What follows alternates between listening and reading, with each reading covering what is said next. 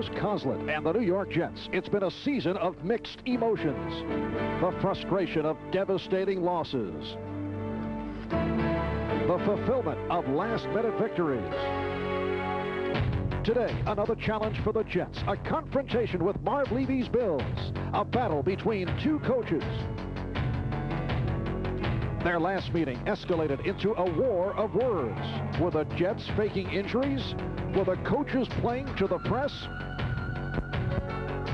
The battle resumes today in Buffalo, where the Bills can clinch their fourth straight AFC East title. But before Buffalo takes its curtain call, they hope to stall the Jets' run for a wild card.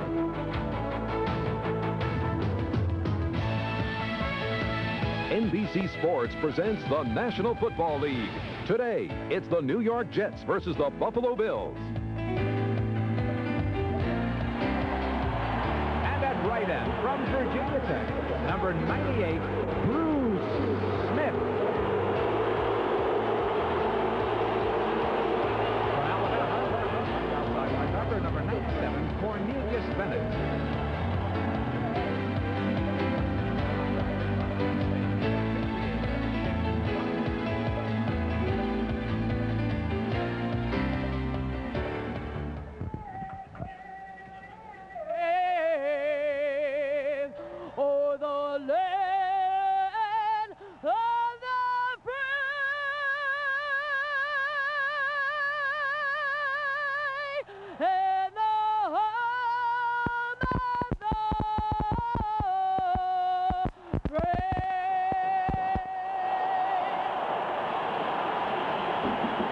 A moment ago, you saw the reaction from this capacity crowd as Bruce Smith made his return, and he will be back in the starting lineup today. It is a 35-degree day in Buffalo. The temperature is dropping. The forecast calling for rain and sleet later in the day, probably after the conclusion of the game. Capacity crowd, 80,000 turning out at Rich Stadium, with the Bills gunning for a home field advantage throughout the playoffs, while the Jets, with a record of 7-5, driving for a wild card spot, and several Jet players have made it clear they do not like the Bills. Perhaps 8 straight losses to Buffalo has contributed to that emotion. Hi, everybody. I'm Marv Albert, along with Paul McGuire. The Buffalo Bills coming off the lackluster offensive effort in the loss last week to the New England Patriots, and as head coach Marv Levy mentioned to us yesterday, he thought it was a case of our big play guys not coming up with the big plays, and that includes Jim Kelly and Thurman Thomas. Thurman Thomas is the all-purpose leader in the National Football League. If he does not have a good game, and he is their big guy, then they have a lackluster performance. They did it against New England. They also did it against Kansas City. Thurman Thomas makes this offense work. And the Jets are hoping that their Thomas, Blair Thomas, continues to play the way he did last week. He was able to break out of it, this following a string of disappointing performances, and they're hoping that once again he runs well this afternoon. Kenny O'Brien is having an efficient year, but Blair Thomas, here's a guy that not only runs with the ball but catches the ball. If he has a good game, the other Thomas, then it means O'Brien and the Jets have a good game. And here in Buffalo, the Bills have won 16 straight at home, 31 of their last 33 over the last 4 years. The Bills' last loss at home, December 10th, 1989, beat by the New Orleans Saints 22-19. And the Bills have won the last 8 meetings against the Jets. The Jets had won the previous 7. Head coach Bruce Coslett, who mentioned to me earlier today that from an aesthetic point of view, Paul, you'll like this, he said he loves to watch Buffalo's offense operate, admires their efficiency, but doesn't plan to look on in admiration throughout the game. He will not cheer for them? Only from an aesthetic point of view. The Buffalo Bills won the toss. They will receive with Al Edwards and Kenneth Davis back. And Louis Aguiar, who had great success last week with the short pop fly kickoffs against the San Diego Chargers, will kick it off. Special teams coordinator Al Roberts said Aguiar may try to do that as a changeup from time to time, but they were most concerned last week with the Chargers, who have one of the top kick return teams in the NFL. Let's see how Aguiar plays it. This time he is booting straight away. And it's Kenneth Davis on the return. Reaching out to the 28-yard line, Tony Stargell involved on the tackle. Will Wolford, Jim Richard, Kent Hull, Glenn Parker for the injured John Davis, and the house, Howard Ballard up front. Jim Kelly, the quarterback. And when they go to the three wideouts, and that is how they open up, Al Edwards comes on to join Lofton and Reed and McKellar. The ball spotted at the 28. And the Bills, with a record of 10 up and 2 down, start out. And they go right to the ground. Back in week 3, Thurman Thomas carried the ball for 62 yards, but also came up with 13 receptions, a key to the ball game. Scott Mercereau made the stop. So it's a 2nd and 10 at the 28. And Kelly swings it out.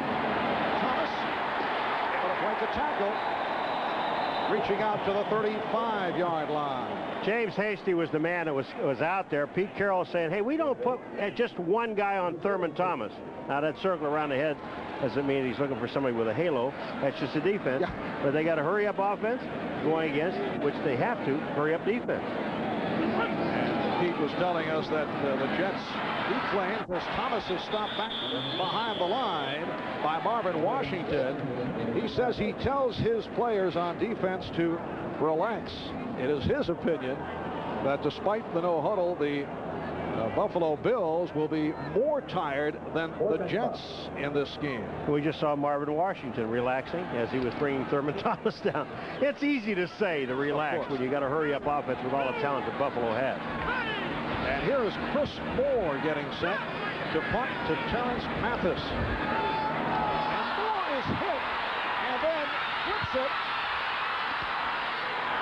This is the tight end, Pete Metzelaars, hit for a loss on the play. Big rush by the Jets. Well, first of all, Metzelaars doesn't make the block. He has the block long enough. Moore, the punter, doesn't get the ball off. Here's Moore now. Now, this is not a run. Watch this. He's turning the ball, and he stops because he sees Burkett in his face. Now, Metzelaars is there. Moore drops the ball off to Metzelaars, and Metzelaars is going, why are you giving it to me? Take the hit. Don't cause a fumble. But here it is. Chris Burkett is in the backfield. He makes a super play. Again, you know, when you look at it in the grass, they don't call that. That could have been called in the grass. Chris Burkett, the one-time Buffalo Bill, has excelled on special teams for the New York Jets, who take over at the Buffalo 23. As Brad Baxter able to break tackles, stopped by Bennett and Odoms, and a penalty marker is down. Baxter just showed an awful lot of agility because Nate Odoms came up to cut his feet out. He just ran right through Nate Odoms, who was going down at his knees and ankles, and picked up about almost 10 yards. The referee is Stan Kemp in his 6th year in the NFL. Personal foul, number 97 on the defense, unnecessary roughness, half the distance, first down. That is Cornelius Bennett, called for the flag.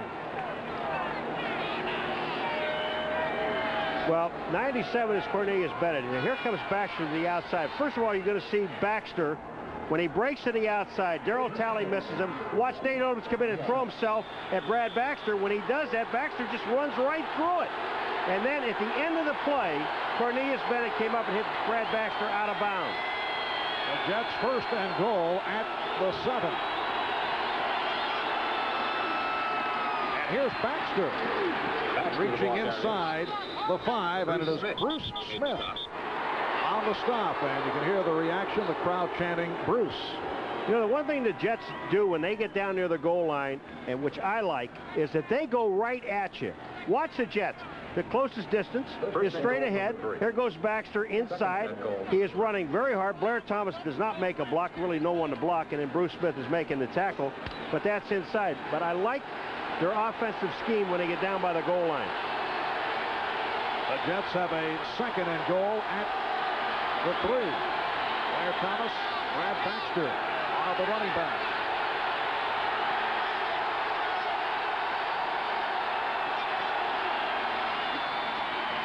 And again Baxter for the touchdown. So Baxter with his 9th touchdown of the season, and the Jets take the early lead with only 3 minutes gone by in this first quarter. Well, watch what Baxter does. Now, they're going over Dwayne White, 67, and Sweeney, 53, the center. Watch, he goes to his right, and then he cuts right back in off the guard's block. Sweeney is there, 53, touchdown. That's good running. But again, Marv, straight ahead. Nothing fancy. Go right at him. Take the shortest distance. Now Pat Leahy will come on to attempt the extra point. The big play for the Jets, executed by the one-time Buffalo Bill. Chris Burkett on the rush of the punter Chris Moore, forcing the flip to Metzelaars. Leahy able to put it through. And then Metzelaars hauled down, so the Jets were able to take over deep in Buffalo territory. And there is Al Roberts, the Jets special teams coordinator, a running back at the University of Washington as a coach. Spent time with the Eagles and the Oilers and the USFL, and told us last night he'd like to kick it to the big tight end, Pete Metzelaars, who is usually positioned as one of the up men. I think they tried to do that with Aguiar last time, but the ball got away from him. If you look at the height on Aguiar's kick, they are designed to go short. And this is a short kick again.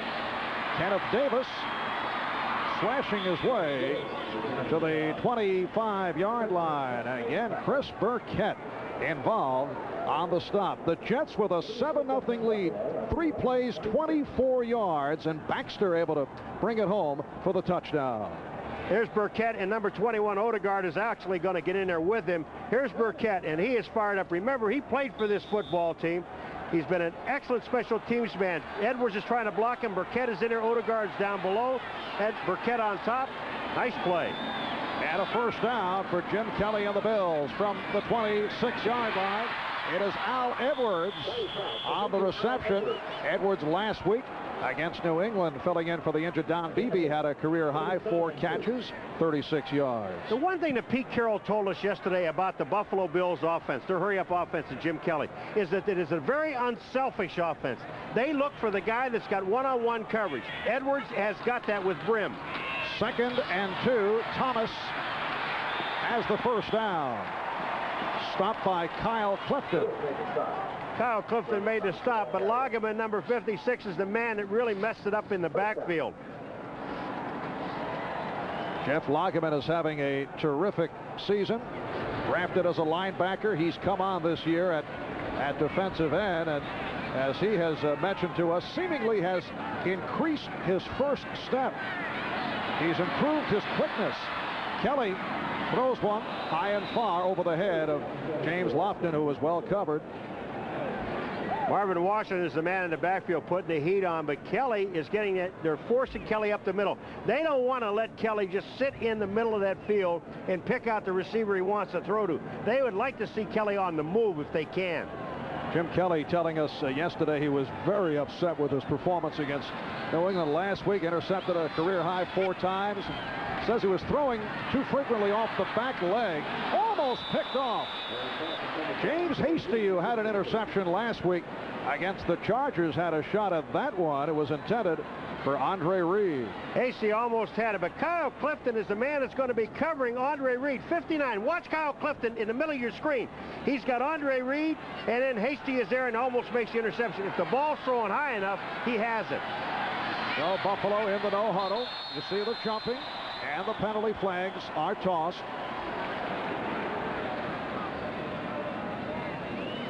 Mercereau hit the center, Kent Hall. Lageman, 56, was also moving, but he didn't make contact. Encroachment, number 94 on the defense. Still 3rd down. Mercereau, now he is sitting there over the ball. Lageman moves, and that moves Mercereau, and when he's there, he might as well push the center because he's going to bump him anyway. Buffalo with a 3rd down and 5 from the 42. Kelly again almost picked off the intended receiver was Andre Reed. This time the free safety, Eric McMillan, had a shot at it. And once again, a quickie series for the Bills, bringing on the punter, Chris Moore, who had an adventure his last time out. Yeah, he did, because Burkett was in his face. You see Kelly coming off the field smiling. I want to tell you, I was here watching the game when they played Cincinnati, and he threw 3 interceptions in the first quarter. He was smiling then. That was a grimace. Is that what they call it? Chris Moore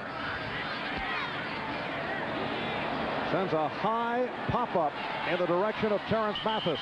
Mathis makes a fair catch. And the fair catch at the 22, a 37-yard punt. So the ball goes back to the Jets with 4.5 gone by in this first quarter. NBC Sports coverage of the National Football League is brought to you by Starter. Look for the stars and you'll find Starter.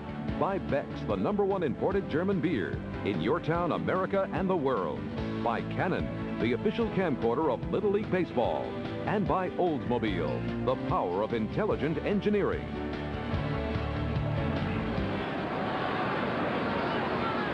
Welcome back to Buffalo as you look at Bruce Smith making his return this afternoon following arthroscopic knee surgery back in July. Says the knee is stable, no pain, it is just sore. Jets first down from the 22. They lead the Bills 7-0. Blair Thomas tried to cut back, and it was number 78, Bruce Smith, right there. Boy, Bruce Smith did a great job. Not only did he come inside, beats the block of Criswell to the inside. Watch this. He goes inside. He stuffs the play there. Now watch what he does. Gets off the ground, back off of Brad Baxter, and makes the tackle. That's hustle. There's nothing wrong with his knee, folks. He's back. This is only his second game of the season. He appeared in the game against Chicago in late September, but he said he should not have been in there. But he tried to force it. It is a 2nd and 10.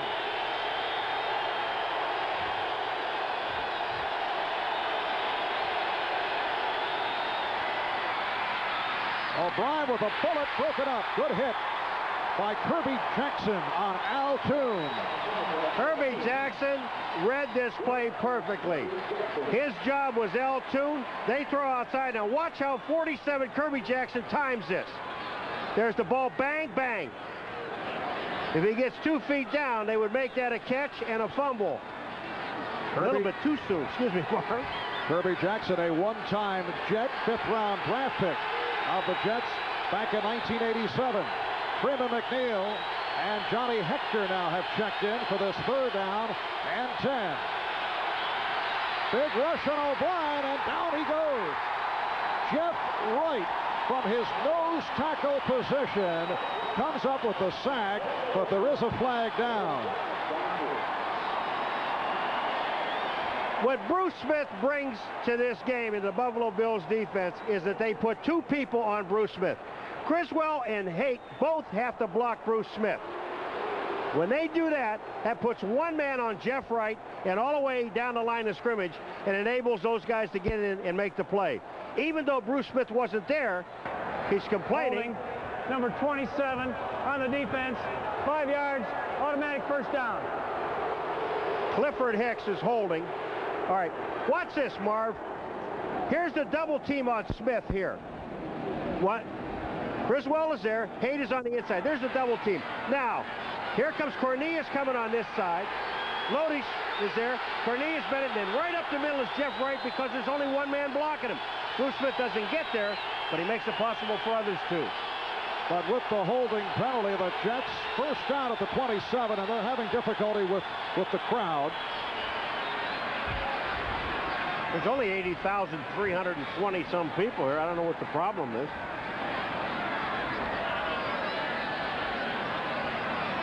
Bills back home after 3 straight on the road. A look at the ITT 10-minute ticker. Tampa Bay on a short touchdown run by Reggie Cobb with a 7-0 lead. Matt Stover kicking a 41-yard field goal for Cleveland.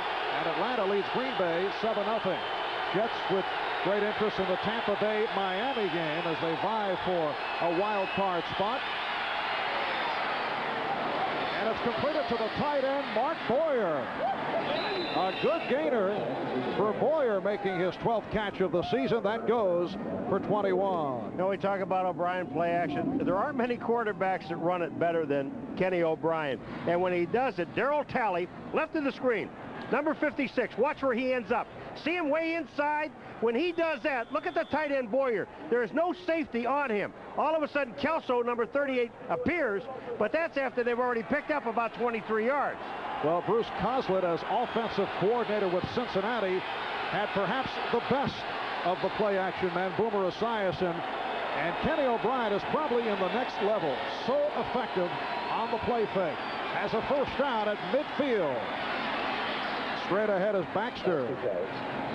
Brad Baxter fumbled a couple of times against New England 2 weeks ago, and he is not noted as a fumbler. Said in our talk last night that he lost his confidence, coughed one up last week. So most unusual for Brad Baxter. You get the idea that the Jets are trying to get him right back into it. He's a second-year man out of Alabama State. He spent 1989 on the developmental squad. Last year emerged as a productive power runner and is an excellent blocker. Look, and when they got down on the goal line, it's obvious they gave him the ball. He ran it twice and scored the touchdown. It's a 2nd and 6. The Jets with a double tight end alignment, Boyer and Dressel. And again, it's Baxter. He is short of the first down. The hole plugged by the outside linebacker, Cornelius Bennett. If you're going to run inside on the Buffalo Bills, you must have a guy that either turns out and blocks Bennett. Now, that time, they tried to block Bennett with Dressel, and he didn't block him. If he gets a piece of Bennett, they get a first down. You can't let him come down the line of scrimmage. He's just too quick. 3rd and 4. The Jets at the Buffalo 45. Jets 7. Buffalo nothing. 7:15 to go in the first. Again, Hector and McNeil in the backfield. The inside handoff to Hector, and the Bills saw it coming. Mike Lodish, second-year player from UCLA, had the wraps on Johnny Hector. Along with Leonard Smith, but Lodish hit him straight on. He was there. Again, you know, you can't talk enough about what Bruce Smith brings to this defense, is that you got to be aware of where he is, and you have to put 2 people on him. When you do that, that becomes one-on-one blocking everywhere else. Bruce Smith making it to the Pro Bowl the last 4 years. 19 sacks last season. 2nd in the AFC to Derek Thomas. Here's the punt by Aguiar. Back is Clifford Hicks. And has the fair catch out at the 22-yard line. It's a 26-yard punt by Aguiar. And it's Buffalo back to the offense. They have been very quiet over the first 2 series. The team that leads the NFL in rushing and passing has managed only 8. Paul, a very low-key start by this explosive Buffalo Bill offensive unit. You know, again, I referred back to a Monday night game against Cincinnati where they turned the ball over 3 times. Kelly threw 3 interceptions in the first quarter. The defense only gave up 3 points. Now, they've given up 7 already. But the amazing thing is you just showed me a deal here. Thurman Thomas has run the ball 3 times for 0 yardage. He is one of their big play guys, the big play guy, and he must make them.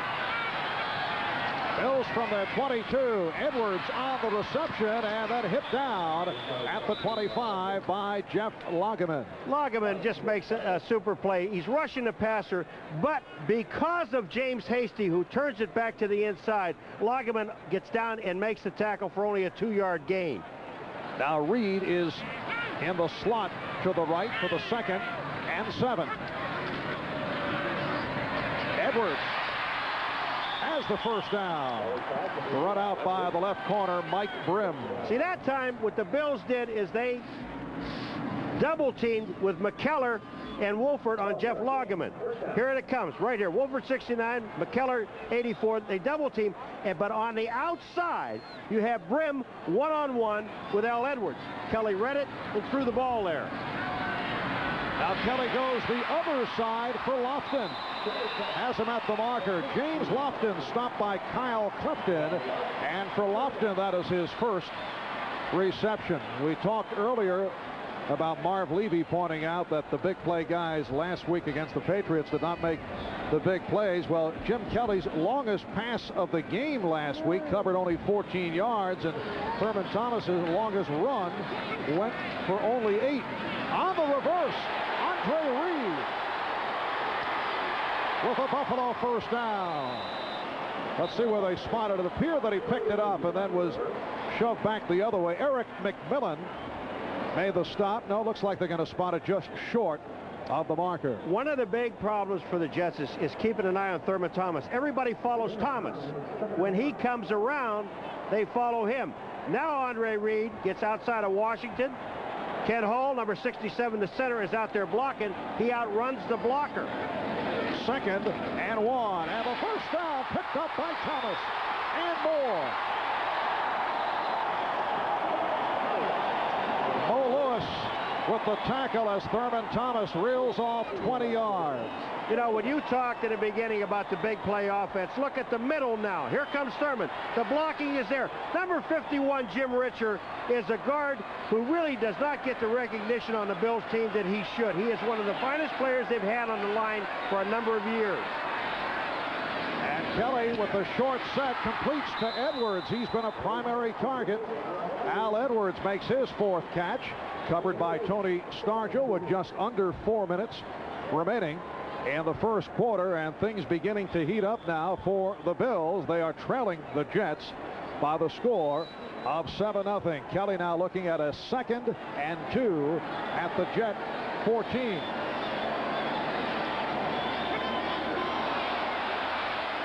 Here's Thomas. Penalty marker is down. He has the first down inside the 10. Marvin Washington may have been the man who jumped. Let's see. The Jets are offside. They'll take the play because the penalty would be, well, 5 yards, but the run was about 7 yards. So you'll give Thurman Thomas the run. It'll be first down. We have an injured player on the Jets team down. And that's Mike Brim, number 43. And he has played exceptionally well. Pete Carroll, the defensive coordinator, telling us last night that Brim has emerged as a big play man and has improved so much in his 5th year out of Virginia Union, acquired on Plan B from the Minnesota Vikings. All right, here comes Brim. He's coming up to make the play on Thurman Thomas. He's set to make the play, and Thomas runs into him. But Brim not only gets hit, and then his leg gets caught underneath him because he can't get back out of there. McMillan, 22, is holding him in. Watch this. Watch his left leg. Is refused.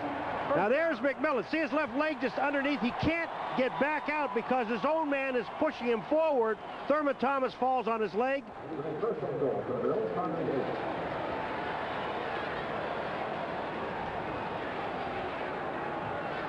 And a look at the ITT 10-minute ticker. Tampa Bay still with a 7-0 lead on Miami. Cleveland leads Indianapolis on the 41-yard field goal by Stover. And Green Bay and Atlanta now tied at 7 in the first. They continue to check out the injured cornerback, Mike Brim. We're down to 3:40 remaining in this first quarter. Marv Albert with Paul McGuire from Rich Stadium in Buffalo. The Jets with a 7-0 lead. No compassion from the crowd here in Buffalo for Mike Brim. No compassion, but it's a great sign. Look at Brim is walking off the field with no limp at all and no help at all, and that is a very good sign for the Jets. Mike Brim won the starting job, beating out the second-year player Tony Stargell after Stargell suffered an injury, and Brim has been in there as the starter. He's now replaced by Don Boyd Odegaard. Carwell Gardner has checked into the Buffalo backfield. He's a second-year player out of Louisville. A 1st and goal down at the 8. And the handoff to Thurman Thomas. And the ball was popped loose. The Jets claiming they have recovered.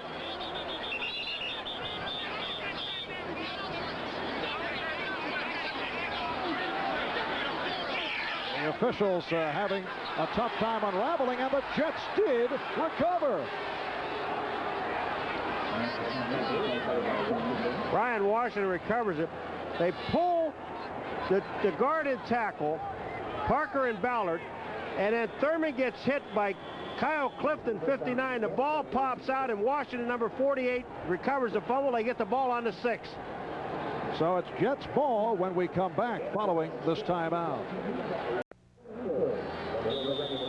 Well, this is the first time all season the Bills did not score on a goal-to-go situation.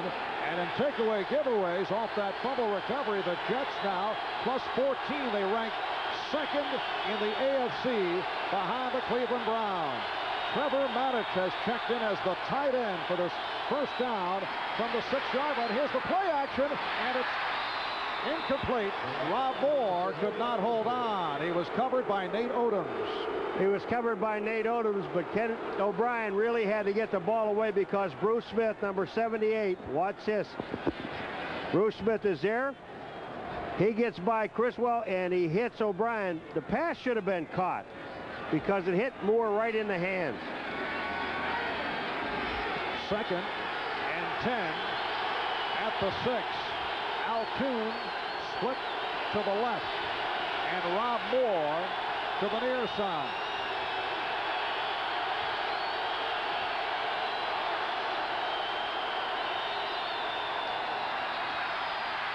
Blair Thomas stopped for a loss. Leon Seals and Kirby Jackson combining on the tackle. There's just no place to run the football because when Blair Thomas comes out, Leon Seals, number 96, is in the hole. And then Jackson, 47, comes up. In the hole, there is Leon Seals, 96. He's there. Carlton Bailey, number 54, is also there, but Kirby Jackson comes up and makes the play. Now you're looking at 3rd down and 11. Brendan McNeil and Johnny Hector in the backfield. Chris Burkett in the slot to the left.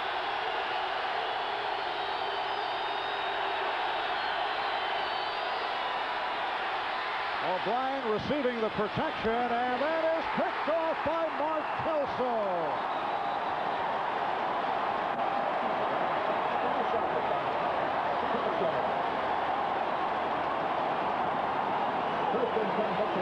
The pass intended for Chris Burkett.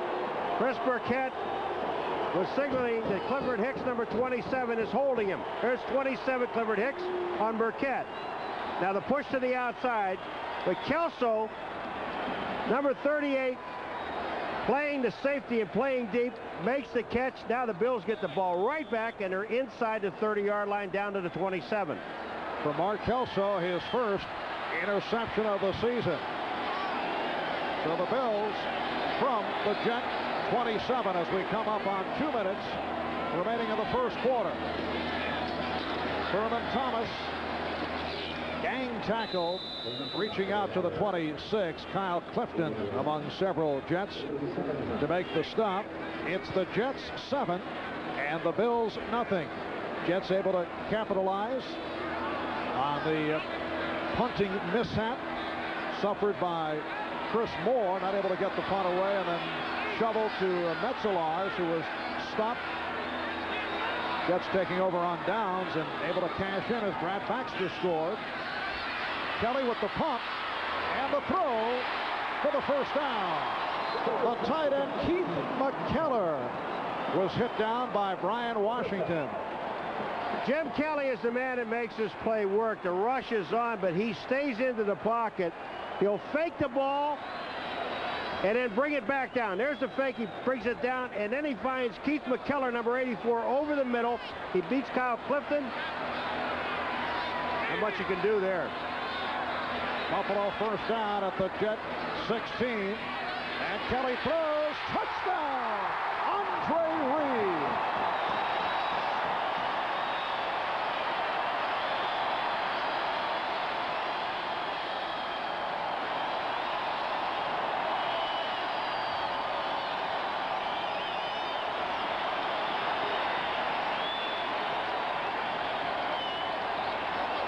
That play, Jim Kelly finds Andre Reed between Tony Stargell, 45, and Eric McMillan, number 22.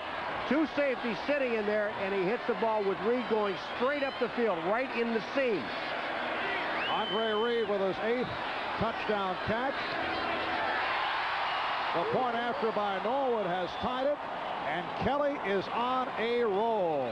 8 for 11 overall. He's connected on his last 6, and the Bills have tied the Jets at 7 with a minute 2 remaining in this first quarter. For Jim Kelly, who leads the NFL in this department, it is touchdown number 27. Well, when you look at right in the middle of the screen, number 83 is Andre Reed, and Stargell 45 is one safety, and McMillan's the other. Look at, he just splits the two. McMillan never gets there. Instead of going towards the post, he ran straight up the field. Andre Reed for the touchdown. Andre Reed, who appears to be headed to a 4th straight Pro Bowl, having another sensational season, 2nd in the NFL in receptions. Well, let's take another look at it here. Right here is McMillan. I can't get this thing to line up straight. And here's Reed on the outside. Now watch what happens right in here. He's going to come right down the seam. Neither one of the safeties can get over to make the play on him. Here comes Reed, right down the middle. Both safeties are downfield. Not a chance.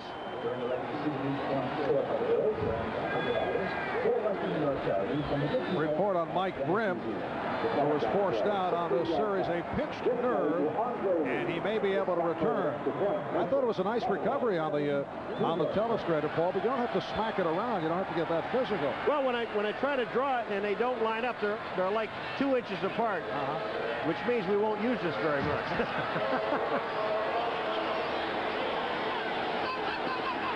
And it's Johnny Hector. Oh, what a hit.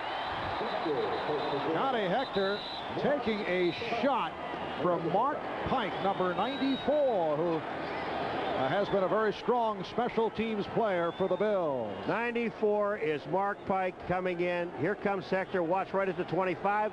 Hello. Kenneth Davis, number 23, is also there. The ball's at the 25. That's as far as they got. Mark Pike in his 5th season out of Georgia Tech. 55 seconds remaining first quarter. Jets and Bills tied at 7. And the Jets start out from the 25.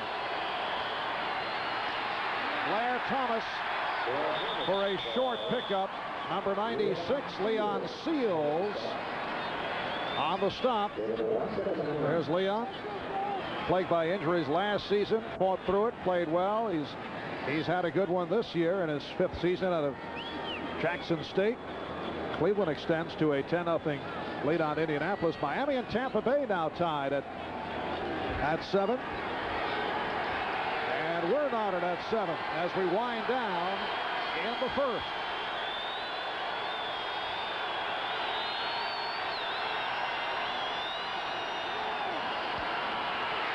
Off the fake, O'Brien with a wide open target. Again, the tight end, Mark Boyer. This time stopped by Mark Kelso, and Boyer goes for another 20 as this first quarter concludes. After 1 here at Rich Stadium in Buffalo, it's the Jets and the Bills tied at 7. Hey, that's called paying for creativity to get on television. Paul, you could do that too. You know, you go down to the store, buy the headline. Can I have my picture put in? Second quarter with you is underway. And the Jets first down from their 46. Jets and Bills tied at 7. Brad Baxter found a hole. Stopped by the combination of Shane Conlon and Cornelius Bennett.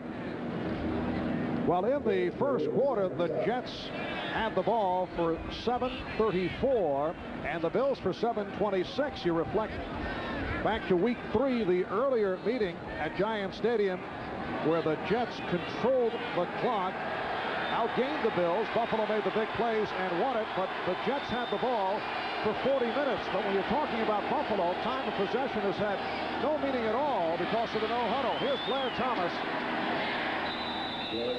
Stopped by Kirby Jackson. Marv Levy making the point yesterday that the Bills defy the normal statistics that usually relate to a winning team, referring to Buffalo's ranking of last in time of possession and their ineffective takeaway giveaway ratio.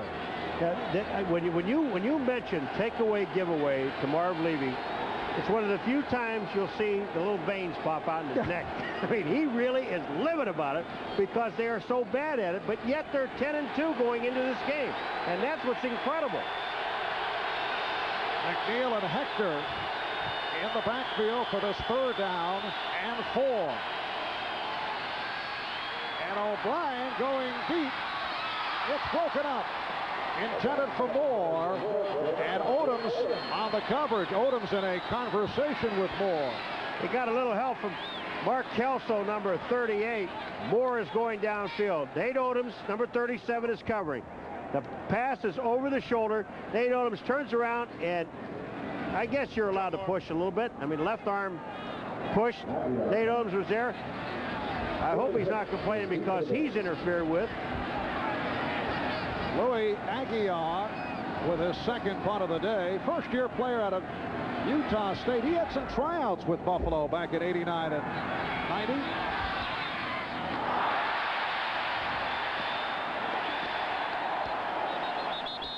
That's interesting. The ball went out on the 28-yard line. Bad kick. A 20-yard kick by Aguiar, who comes off a superb game last week. He's become a triple threat man. We'll be right back. Louis Aguiar, the Jet punter, not pleased with that 20-yard shank a moment ago. I mentioned he's emerged as a triple threat. Last week ran for 18 yards at a fake punt, threw a pass 2 weeks ago, even kicked a 51-yard field goal 2 weeks ago. Thurman Thomas with a short pickup. Kyle Clifton made the stop. A reminder that at the conclusion of today's game, we'll be presenting the Avis We Try Harder Award, which will be given to the game's MVP. On the subject of MVP, that is the goal of Thurman Thomas. Says he wants to be selected as the NFL's most valuable player this year. And it's Thomas on the reception. When did he tell you that? A couple minutes ago. Yesterday when he didn't show up at our meeting. But again, when you talked at the beginning of the show about big play guys, he is the one man that makes this offense work more than anybody else because of his running ability, his pass catching ability, and you better be aware of where he is on the field at all times. And to cover him with the linebacker is kind of crazy. He picks up the 1st down. Kelly is connected on his last 7 passing attempts. Lots of time as he fires deep. Mike Brim, who checked back in following the injury, along with Brian Washington on the coverage of James Lofton. Well, Brim was there, but there are a whole lot of other folks down there also. Washington was there. McMillan was there. Brim is there. That ball had an awful lot of air under it. It was up for a long time. 2nd and 10 from the 39. Lofton is now to the left. Edwards to the right. And it is Thomas trying to stutter step. Clifton made the stop. Thurman Thomas in his 4th season out of Oklahoma State. He's made it to the Pro Bowl the last 2 years. And take a look at this. 1,192 yards coming into today for Thurman Thomas. And that is more than 12 other NFL teams. That's just Thurman we're talking about. 3rd down and 9. Sideline pattern is too high for Edwards. Again, the coverage by Brim. Jim Kelly is upset with himself because he had Edwards out there one-on-one on Brim. And when Jim Kelly threw the ball, Marv, the ball almost went in an arc. Instead of going straight out to Edwards, it floated in and gave Brim enough time to get there. There was excellent coverage by Brim. Now the punt unit back on. Here's Chris Moore. Back deep, Terrence Mathis. Moore will punt from his 25. Line drive. Mathis fields it. Nowhere to go. and hit down as he crossed the 15. It's a 47-yard punt by Moore. 11:58 remaining in the second. The Jets and Buffalo are tied at 7. NBC Sports coverage of the National Football League is brought to you by Budweiser, the king of beers, who reminds you friends know when to say when. By the new Mazda. Mazda, it just feels right. By Sharp Electronics Corporation. From sharp minds come sharp products. And by Imodium AD. For diarrhea, the choice for one-dose relief. A 33-degree, cool, crisp day. Very nice day here in Buffalo. They say snow, perhaps some sleet, but much later, probably after the conclusion of the game. Jets starting out from their 17-yard line. O'Brien with a wide-open receiver in Al Toon. Nate Odoms, Darryl Talley downfield to make the stop, but that goes for 24. O'Brien is now 3 for 7. 2 of the completions to the tight end, Mark Boyer. Here comes Toon down on Nate Odoms, but a play action in the backfield, and just Toon runs inside, breaks back to the outside. Now, I don't know whether Nate Odoms was thinking he might have help on the outside. He sure didn't. Toon runs an excellent route, and O'Brien hits him right on target. Interesting matchup between Al Toon in his 7th year out of Wisconsin and Nate Odoms in his 5th season out of Wisconsin. Collegiate teammates. First down at the 42. Thomas, he had a running start, a burst by Blair Thomas. Darryl Talley and Bruce Smith combining to make the tackle, and we are set for an update. Let's go to our New York studios. Here's Bob Costas. Marv, the Browns still harbor some slim wild card hopes. They've lost a lot of close games this year. They take the lead 10-0 at Indianapolis on this 3-yard flip from Kosar to Kevin Mack. Earlier, Matt Stover had hit a 41-yard field goal. Browns 10, Colts zip. Thank you, Bob. 2nd down and 5 as we resume here in Buffalo. Roger Duffy, a backup center, has reported in as an eligible receiver, wearing number 62. Back to the ground, though, for Thomas. And he has stopped a short pickup. Ray Bentley, in his 6th year out of Central Michigan, makes the tackle. Let's take a look at the Budweiser 10-minute ticker. Miami with a 10-7 lead in the second. Bob mentioned Cleveland 10-0 on Indianapolis, and Green Bay 14 and Atlanta 7 in the second. In the battle for the wild card positions in the AFC, if the season ended today, the Jets would be the AFC's 3rd wild card team. They have a 1-game lead over Miami and Seattle. 3rd down and 2. That's Toon in motion. Penalty flag is thrown. O'Brien could not find anyone. Bruce Smith with the sack and the celebration. Well, what happened is Cornelius Bennett pointed to the offensive lineman and saying that he moved. Now, but what I'm thinking here is the official, look at it, that's a tight end down there. You can't come across it. Once he comes across, Cornelius Bennett just stays there, so they throw the flag. Now, I don't know what they're going to call it against. Now, here comes Bruce Smith. Criswell lets him go to the inside, and when he does that, O'Brien's standing back there. I blame that sack on O'Brien and not on Criswell, even though Bruce Smith makes the sack. But Cornelius Bennett comes across the line of scrimmage. The play should have been stopped because he touches the tight end, Boyer.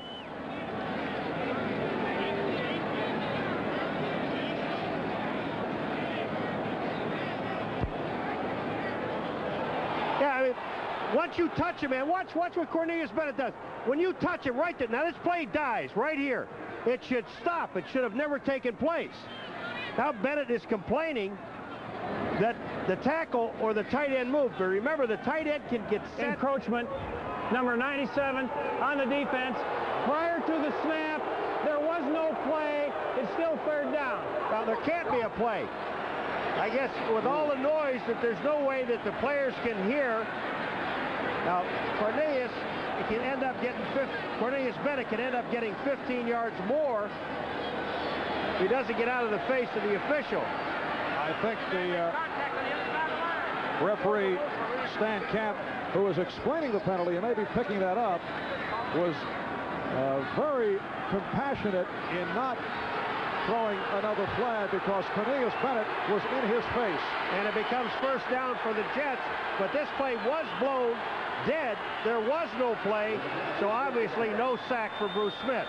The Bills have been called on 3 penalties today, all on the defensive unit.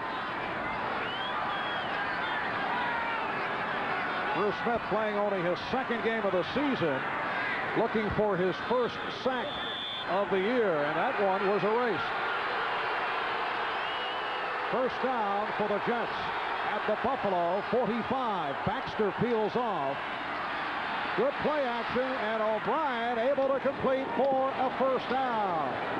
Al Toon with a nice move following the reception, and he goes for 17. Bennett and Kelso combine to make the stop. I'm getting a feeling, because I watched Nate Odoms on one side, and now you see on the other side Kirby Jackson, that the corners and safeties are looking back in the backfield.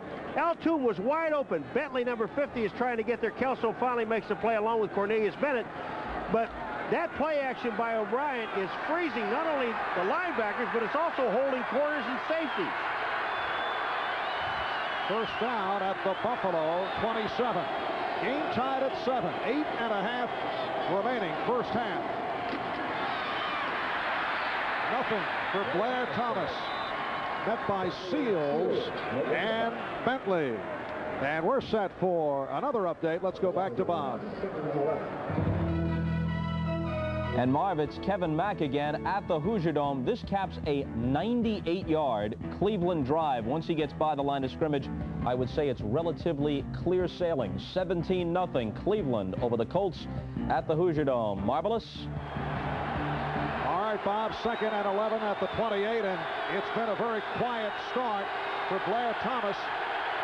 7 carries, only 10 yards for Thomas, who did break out last week against San Diego.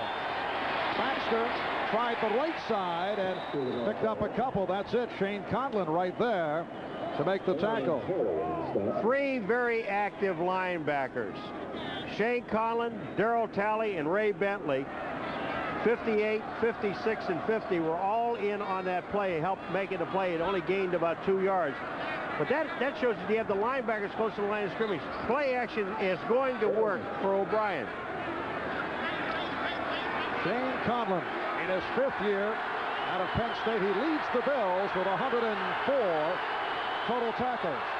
7th play on a drive that began back at the 17. And Baxter with the opening. Rather, Thomas on the carry down inside the 15. What a super play, because you're going right now on the Buffalo Bills defense to the left of the screen. Take a look at it. The excellent block by the center, Sweeney, on Jeff Wright, number 91. And then Blair Thomas just cuts it back to the inside. Buffalo Bills expecting pass. The Jets cross them up with a run. Nice run by Thomas, his best of the day. First down at the 15. 6:20 remaining first half. Now Freeman McNeil has come on. And it is McNeil. Freeman McNeil, the Jets' all-time leading rusher. He's averaging just under 7 yards per carry. He was stopped by Conlon and Bentley. Nice part about this drive, the Jets keeping the ball away from that potent Buffalo Bill offense and in a position to score at least 3. Now they're in the red zone 44 out of 54 times.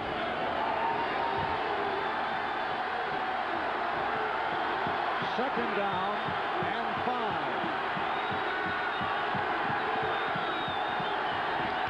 80, the tight end Boyer in motion.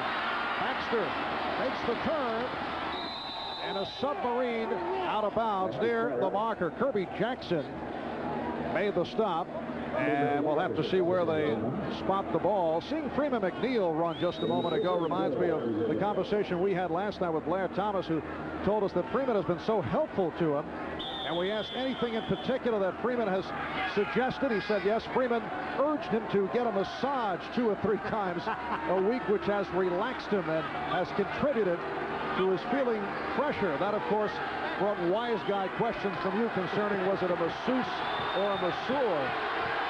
Well, yes. Well, Jets pick up the first down. They have a 1st and goal. Baxter. The nose tackle, Jeff Wright, combining with the outside linebacker, Cornelius Bennett. Bruce Smith was the first guy in the backfield that made the hit. He gets across the line of scrimmage. Number 78 is Bruce Smith. Watch this. He's the man that gets the first hit. Chris Wall is there, but here's Bruce Smith. Gets an arm on, helps out with Baxter, and then his teammates help out. And number 46 is Bruce Smith to the sideline. Trevor Maddux now in as a tight end. 2nd and goal from the 3. O'Brien crossing up the Bills. But Kirby Jackson may have gotten a piece of it. It was intended for Chris Burkett. Well, Kirby Jackson, what a super play by Kirby Jackson. Burkett is open. Kirby Jackson does get a hand on it. Here's Burkett to the inside. Kirby Jackson with his arm up knocks the ball away. You got to look at this play one more time. O'Brien has to look at it one more time to say, if I go back to the left-hand side and run the same play action or come back to the right, now they're throwing 3 wide receivers over here. But that same formation, that had a tight end open. Bills call a timeout. 12th play of the drive is coming up. Kirby Jackson, a former Jet, going against Chris Burkett, a former Bill. When we resume, it'll be 3rd and goal from the 3.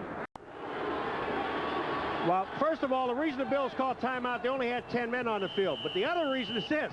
Here they are. 1, 2, 3, 4, 5. These are all wide receivers. The Jets came out with 5 wide receivers. The Bills only had 10 men. Here they are again. 5 wide receivers in the game. Unusual alignment on the left side of the field. Look out. Penalty flag is down.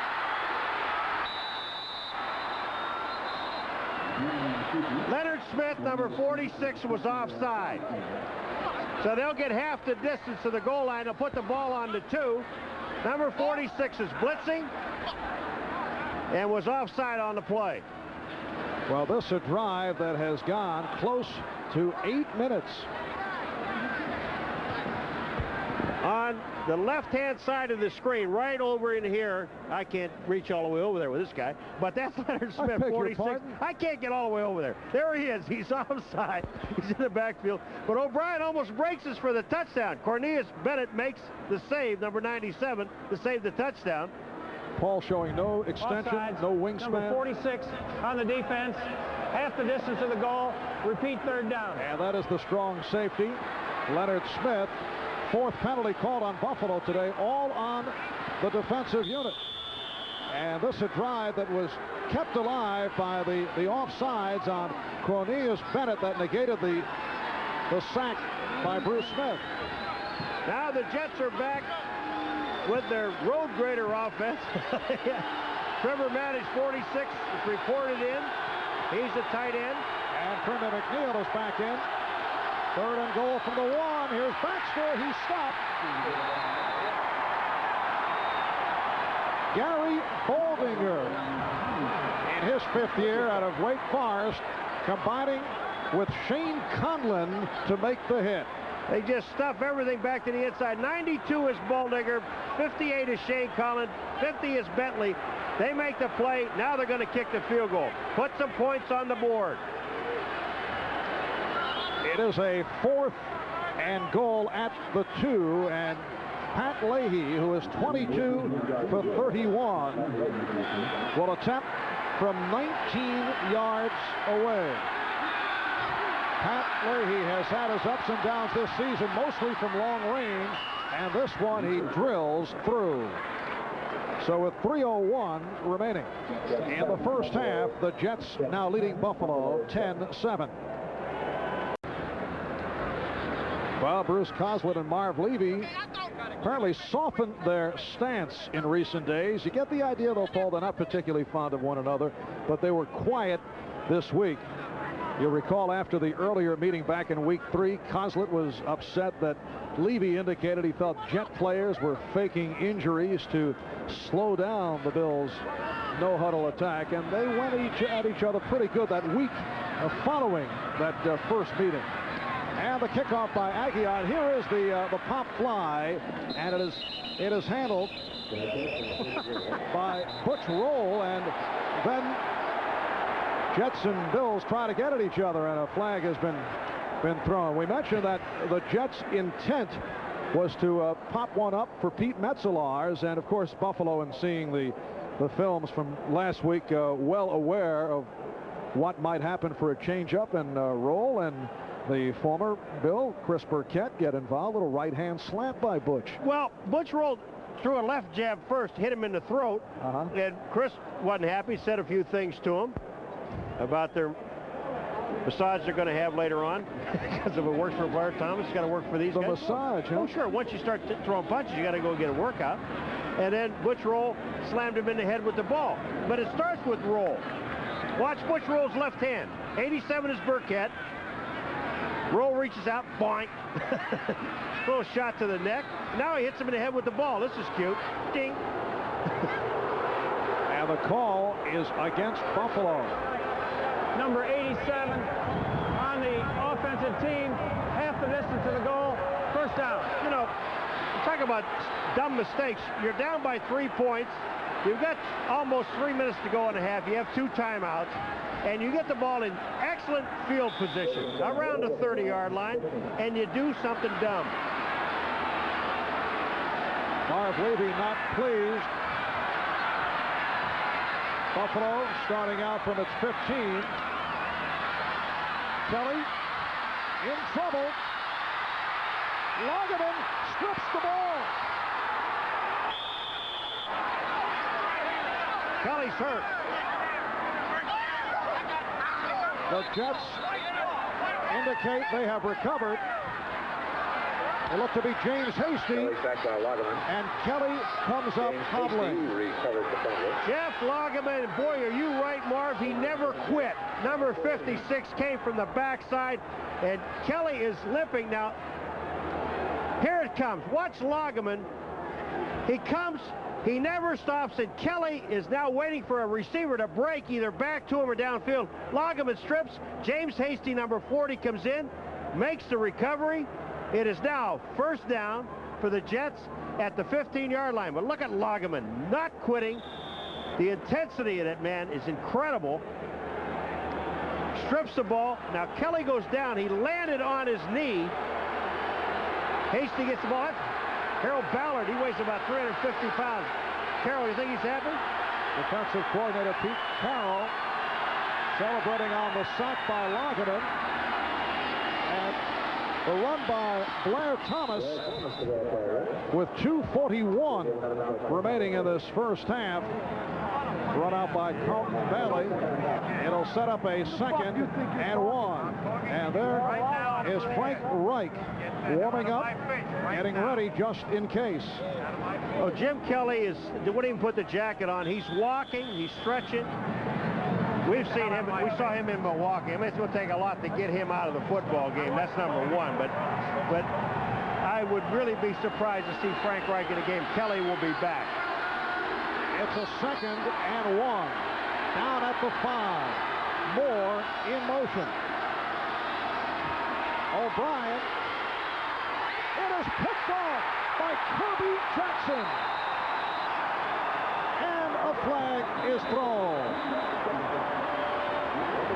Now, they threw a flag at Bruce Smith after the play when he hits O'Brien, but I think it's after the interception. O'Brien has no business throwing the ball. Bruce Smith is the cause of O'Brien throwing the ball away.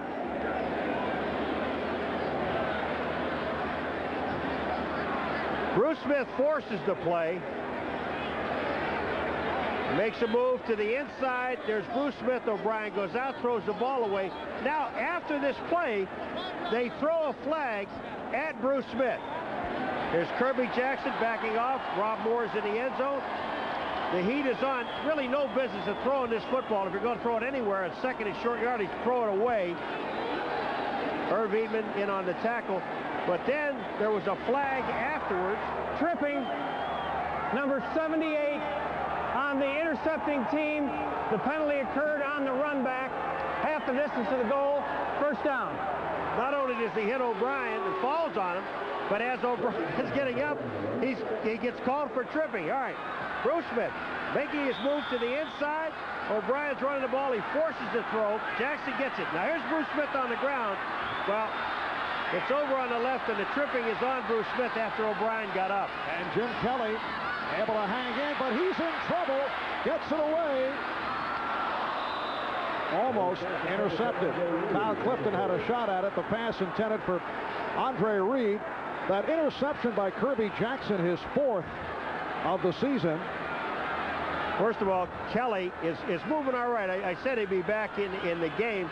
He almost gets sacked by Dennis Byrd in the end zone. Kelly gets the ball away, and then it's almost intercepted on top of it. But they'll throw from down here. And now the pass handled by Edwards. And again, a flag is down, and Kelly and Dennis Byrd involved in a discussion. They're going to call roughing the passer, which is a 15-yard penalty against Kelly, or against Byrd, hitting Kelly. Dennis was in his face again. This was just a quick pass to the outside. There's no way the defensive lineman can get there. Here it comes.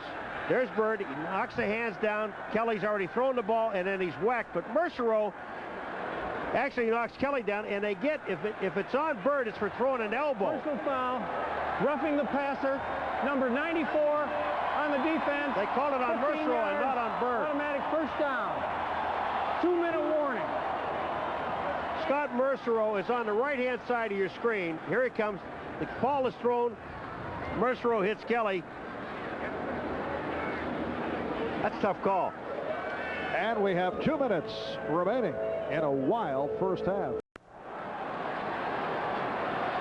Bruce Coslin and his New York Jets leading the Buffalo Bills 10-7 with 2 minutes remaining in the first half. Kelly going sideline and has a first down. Al Edwards has been the primary receiver for Buffalo in this first half. That's his 6th catch for 47 yards. Run out by Tony Stargell. So the Bills in their 2-minute drill, they now have a first down at their 38. Kelly goes the other side, and it's jarred loose. Lofton with the reception. Let's see if they call it a catch and a fumble or incomplete. Mike Brim made the hit. They're saying Lofton got the ball back. It was a catch, a hit, a fumble, and Lofton got the ball back. Here is the outside. Brim is there. The ball comes down. The ball comes out. I don't know if that's a catch. But then Lofton somehow gets the ball back. And it's a 2nd down and 5, and Kelly unleashes for Lofton. Covered by Tony Stargell. Well, you have 2 receivers downfield. You have Lofton and Reed, 83 and 80, downfield. You have Stargell and Washington also downfield. Here's Stargell just to the right of these guys. Here they come. Here comes Reed and Washington into the play. I don't think they're both supposed to be in the same spot. Now Steve Tasker has come on as a receiver for this 3rd down and 5. Short range pop to Thomas. And he has the first down. The Bills still have 2 timeouts, and they're going to take one right here with 1 minute and 8 seconds left to go. It'll be a first down at the 49 when we come back. Coming up at halftime, NFL Live, the Domino Pizza NFL Live with Bob Costas, Will McDonough, Bill Parcells, O.J. Simpson. Bill Parcells will be taking a close-up look at instant replay. Not on the National Hockey League, Paul. He's dealing. You had a bad call the other night, the Ranger-Sabre game. I had a bad call? Well, by the official, it had a bad. First down at midfield. Penalty flag is thrown, and it Steelers almost intercepted. James Hasty had a shot at it.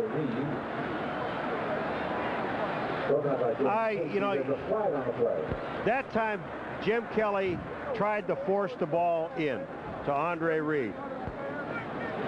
The Jets were offside, but James Hasty played it perfectly and almost had the interception. Wouldn't have made any difference. Again, there would have been a 5-yard penalty. He could have run it all over the place. They're bringing it back. But that's the one criticism of Jim Kelly. He will sometimes try to force the ball in, and that's having too much confidence in your arm. But you see that with so many of the outstanding quarterbacks. You do. I mean, they'll take a chance. They feel they can do it.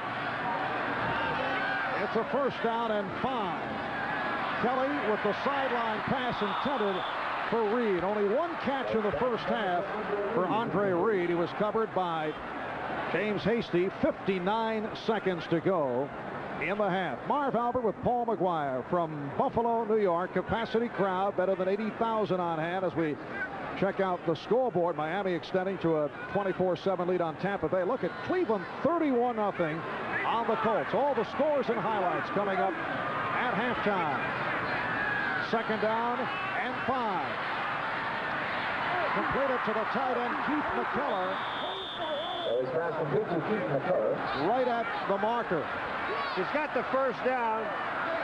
McKellar. Now you're looking at 43 seconds and counting, and there's only one timeout left for the Bills. They want to get into field goal range to tie this up. Kelly getting things organized quickly and then goes to the other side. Edwards tries to get out of bounds, and he does. Mike Brim almost makes a costly error. What happens on the outside? When they throw a pass on the outside, watch Brim. You must make the tackle. Keep the receiver between you and the goal line and make sure that he does not get by you. Hasty was over to make the play, but Brim almost made a critical mistake. Al Edwards out of Northwest Louisiana State with a career-high 7 receptions. Kelly throwing intended for Reed.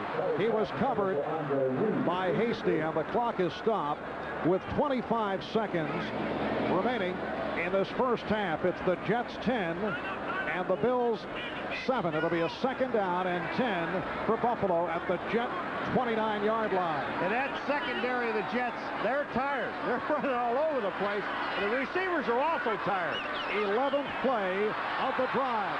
Kelly just throws one out there for Thomas. And a flag is down. A floater tossed up with Brim at Washington on the coverage. There could have been a fair catch. That ball will look like a punt. And Washington was there, had enough time to get back and knock the ball away. Lageman went off for a play. Number 95 on the defense, lining up in the neutral zone. It's still second down. 95, huh? Well, the Jets do not have a number 95. At any rate, it's a second and 5 at the 24. And Kelly completes again. Mo Lewis covering Al Edwards.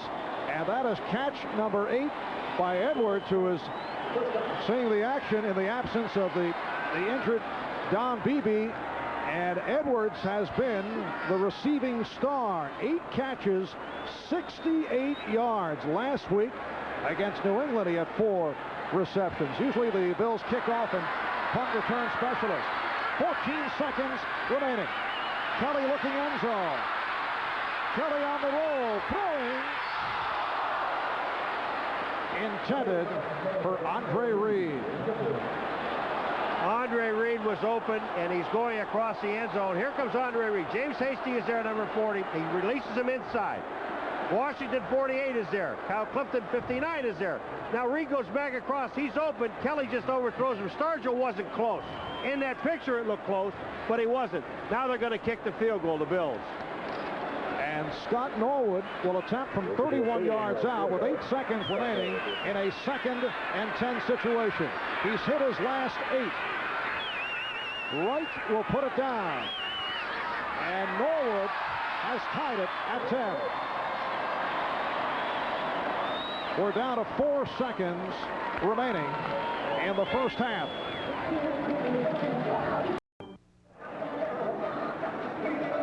Next Sunday, 12:30 Eastern Time, NFL Live. A look at a couple of pretty fair running backs out of Oklahoma State.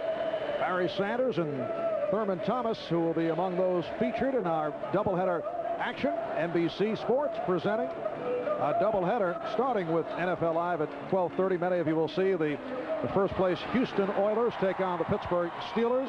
Others will see either Denver, Cleveland, San Diego at Kansas City. And as you saw in the second half of the doubleheader, a rematch of last year's AFC title game, perhaps a preview of this year's contest. Buffalo going against the LA Raiders. And others will see the Jets and the Lions from the Silverdome in Pontiac. 4 seconds remaining in this first half. The Jets and the Bills are tied at 10. Mike Brim in a conversation with defensive coordinator Pete Carroll. A.B. Brown and Johnny Hector are back.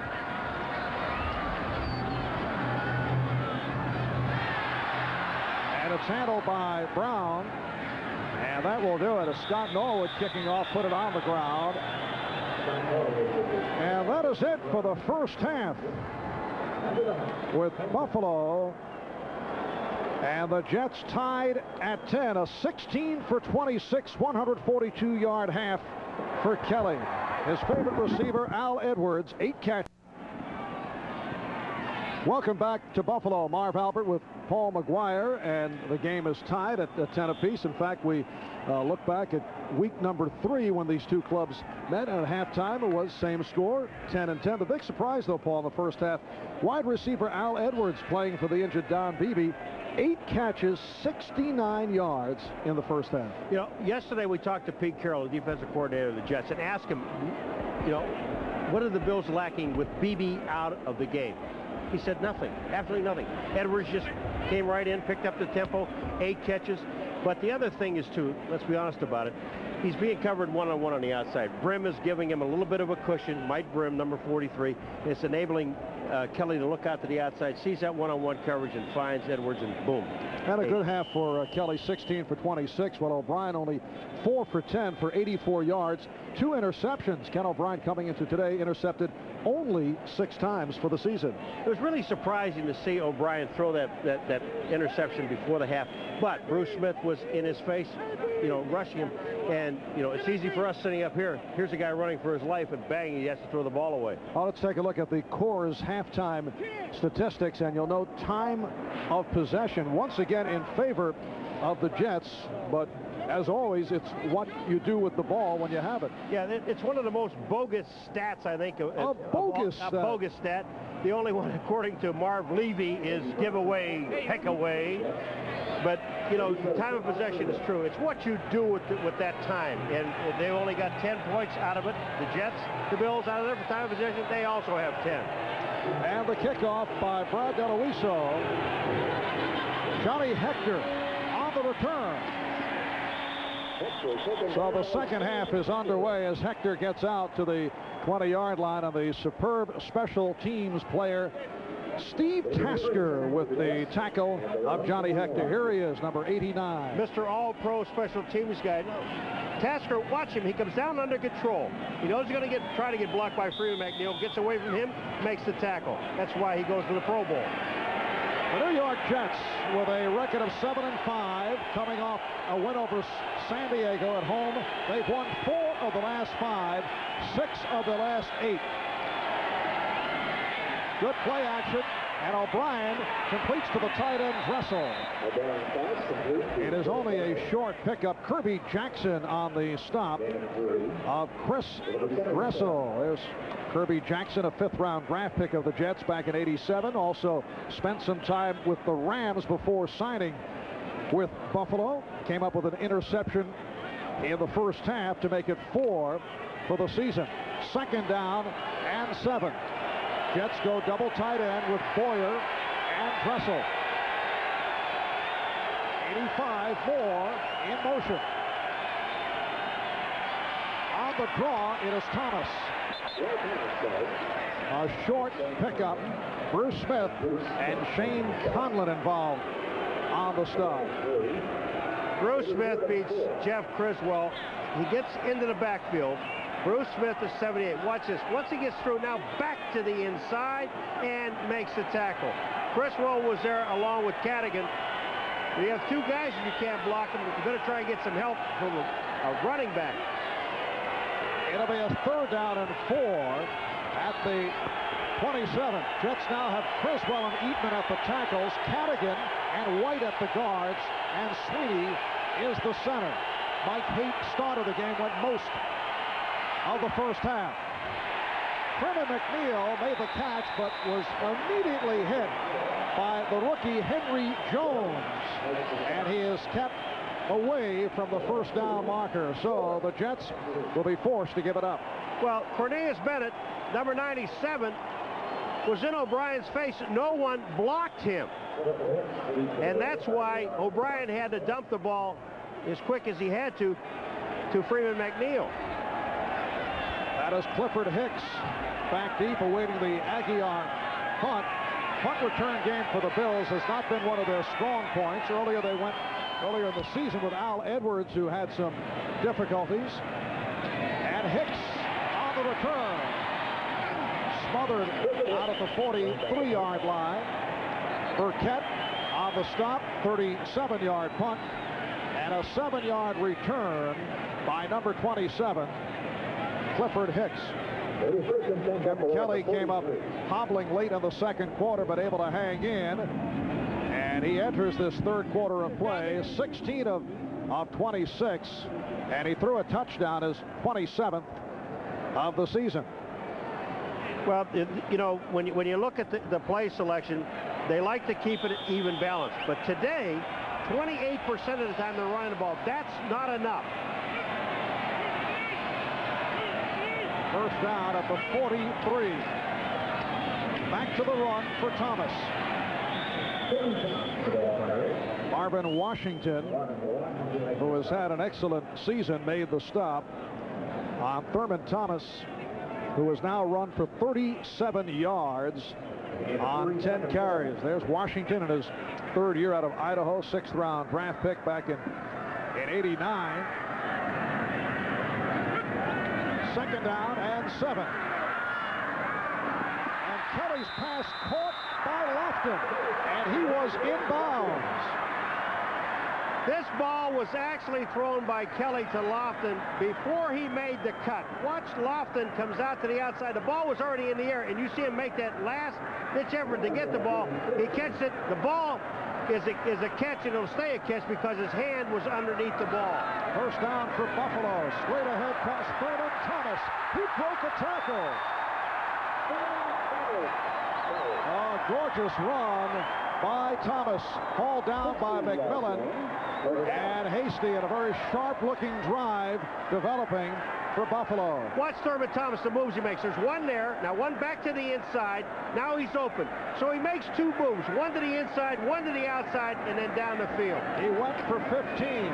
Thomas on the reverse. Once again, it is Andre Reed, and he was stopped by Marvin Washington in the first half. The Bills went to the reverse with Reed, had more success than they did right here.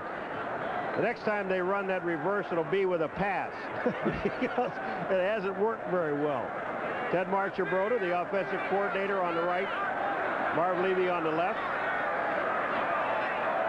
2nd down and 9.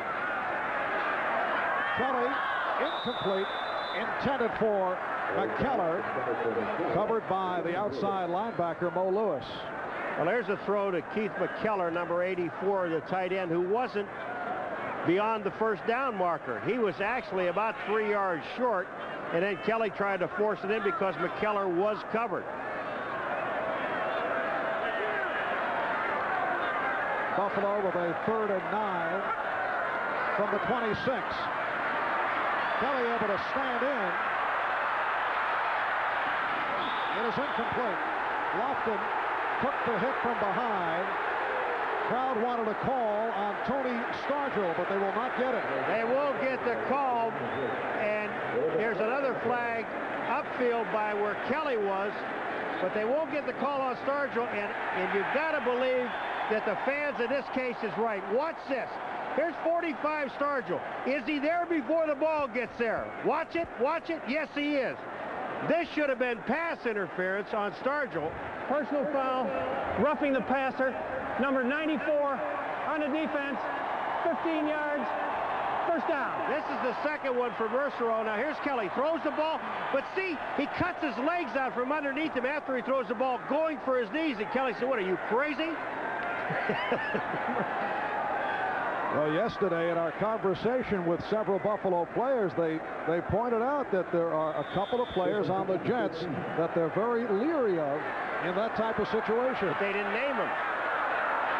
There's Thomas picking his way inside the 10-yard line. Clifton and Piquel making the stop. You know, it's interesting on that last play, though, that Kelly gets roughing the passer after he throws the ball, and it could have been pass interference downfield, so it was just.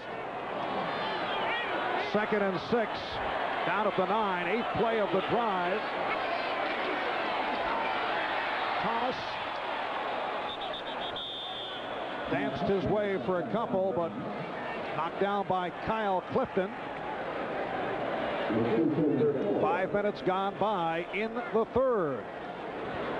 We're at Rich Stadium in Buffalo, where the Bills have won 16 straight at home, 31 of their last 33 over the last 4 years. And overall, against the Jets, they have won the last 8 meetings. 3rd down and 4. The cadence apparently pulled the Jets offside, and it's almost picked off by Mike Grimm, the pass intended for James Lofton.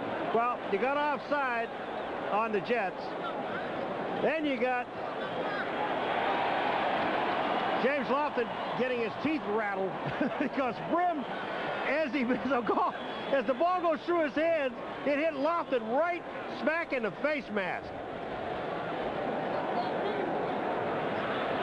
Now, you're only going to get half the distance down here.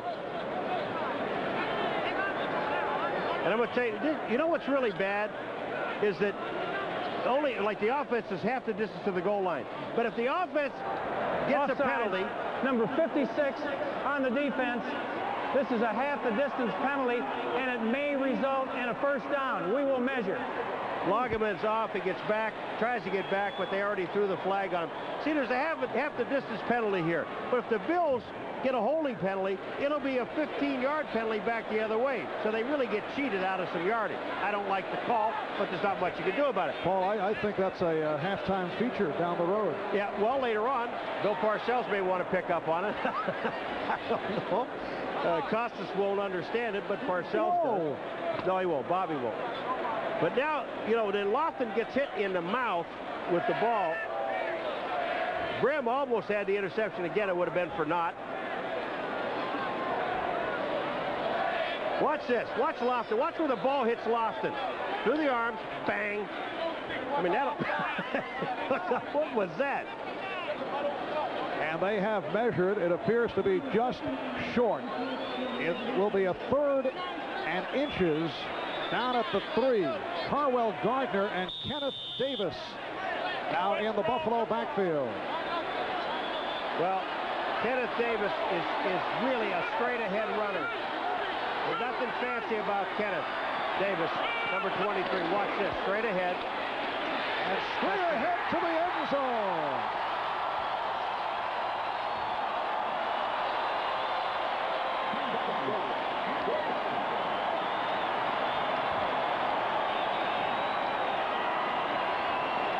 Again, Marv, they just don't make any bones about it, the Buffalo Bills. When Kenneth Davis comes in the backfield, he's going straight ahead. You better line up and play football. Thurman Thomas will do a little dancing, make some moves left and right, but not Kenneth Davis, number 23. He goes right at you. In his 6th year out of Texas, Christian had a good one against New England last week. He's averaging 5.5 yards per carry. Just scored his 2nd touchdown of the season. And Norwood adds the extra point. So the Buffalo Bills have taken a 17-10 lead on the New York Jets off this 4-yard touchdown run by Kenneth Davis. NBC Sports coverage of the National Football League is brought to you by Honda, who puts a driver's airbag on every new Accord, Civic, and Prelude and urges you to buckle up. By Magnavox, smart choices for smart people. The ingenious products from Magnavox. They're smart, very smart. By Coors Light, the Silver Bullet is the right beer now. And by Hertz, we never forget who made us #1. We're Hertz, we're America's wheels. The Bills won 8 plays, 57 yards in 3 minutes and 13 seconds. And now lead 17-10 is Brad DeLuisa, the kickoff specialist. Puts it in play. Johnny Hector on the return and stumbles his way across the 30-yard line. Mark Pike on the stop. And this has been an intensely played game. Playoff style atmosphere. We'll be right back. When you look at percentages and people, you know, we talk about time of possession doesn't mean anything to what you do with it, but just take a look at that bottom line, the defensive line. With Bruce Smith back, 18% of the tackles are made by the defensive line during the season. With him back, what happens again is that 2 people block him, there's one-on-one on the rest of the defensive linemen. Jets take over from their 31 with 9:14 remaining in the third quarter. Jets trailing Buffalo 17-10. Play action did not work. O'Brien had nowhere to go. Jeff Wright, the nose tackle, covered up, and he now has 5.5 sacks for the season. The man who makes the sack is Bruce Smith, 78. Criswell, watch this. They come around. Here's O'Brien, and then they're going to hit. He's going to hit Cornelius Bennett. Wing. Cornelius said, I was going direct right for a while, and then I took a hard left for some reason or other. First sack of the day by Buffalo. 2 were negated by penalties. It's a 2nd down and 17. And O'Brien now with the time fires one incomplete. And a flag thrown, intended for Al Toon. Let's check out the Hertz 10-minute ticker. Well, Cleveland with a 31-0 lead on Indianapolis. Miami has extended 27-7. Green Bay leads Atlanta 21-14. A Miami victory would put them at 7-6. And if the Jets lose today, they would drop to 7-6 as they vie for a wild card. On the defense, 5 yards, automatic first down. And that Nate Odoms, number 37, called for the penalty. There's a man that's not happy. All right, Al Toon is coming out. Nate Odoms throws him down, and that's holding, pulling Toon down, and it got caught. You see the flag coming out there. There's one rule that we've been watching this year, is that's that illegal chuck after 5 yards, and they rarely call it. Al Toon has 6 inches on Nate Odoms. First down at the 29. Oh, what a catch. Al Toon extending to make the reception in front of Odoms. Toon, it's hard to believe that Al Toon does not have a touchdown. Their leading pass receiver, well, look what play action does. Play action just freezes the linebackers, and now you have Toon on Nate Odoms downfield one-on-one. The play to the inside, total concentration. 2 Wisconsin gentlemen going at it. And that good for 19 yards, 3 catches, 62 yards on the day for Toon. Here's a sweep for Thomas. And down he goes, hauled down by Cornelius Bennett.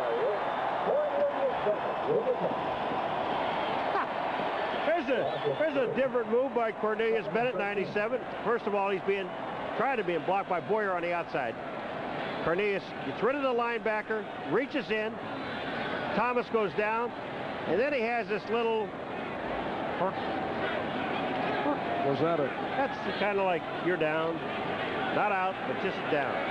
Blair Thomas, only 31 yards on 11 carries. 2nd and 13 at the 45. And And O'Brien goes up top, intended for Moore, covered by Odoms. Rob Moore has been held in check to this point, has not come up with a catch, and it looks like Bruce Smith was shaken up. He took his helmet off, and they're calling for the trainers to come out.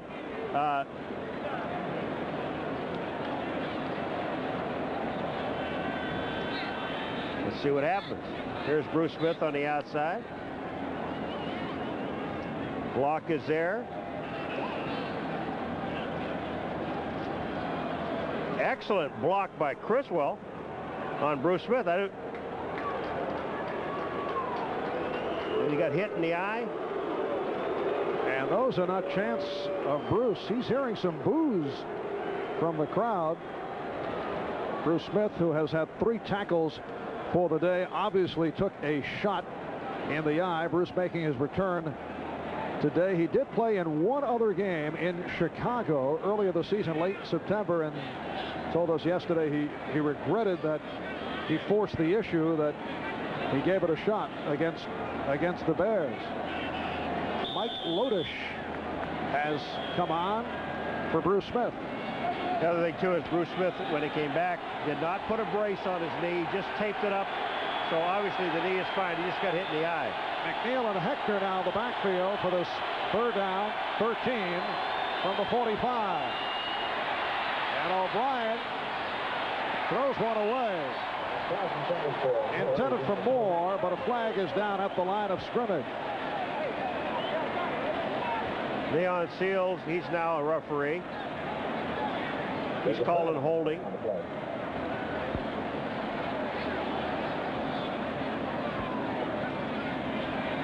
Illegal motion at the snap indicated against the Jets.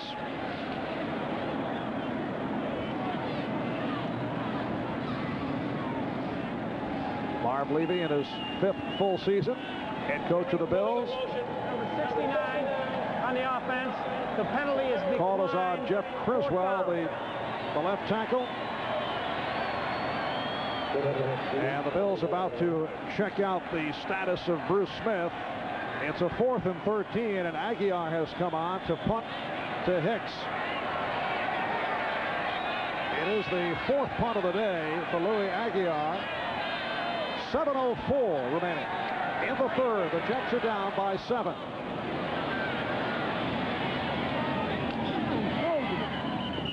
And fair catch called by Clifford Hicks on a 40-yard punt by Aguiar. We'll be back in a moment. New York Jets defensive coordinator Pete Carroll, one-time coach of the Bills defensive backs back here in 1984, named very much in the spotlight this week. Buffalo starting out from its 14. Jets director of player personnel Ron Wolf was hired by Green Bay earlier in the week as general manager. Here's Thomas, stopped by Clifton and Bird, and there was speculation that Pete Carroll would be a leading candidate to be head coach at Green Bay. Pete in that category of a hot assistant coach. During the offseason, his name figures to pop up quite frequently, but he told us feels it's unfair to Lindy Infante.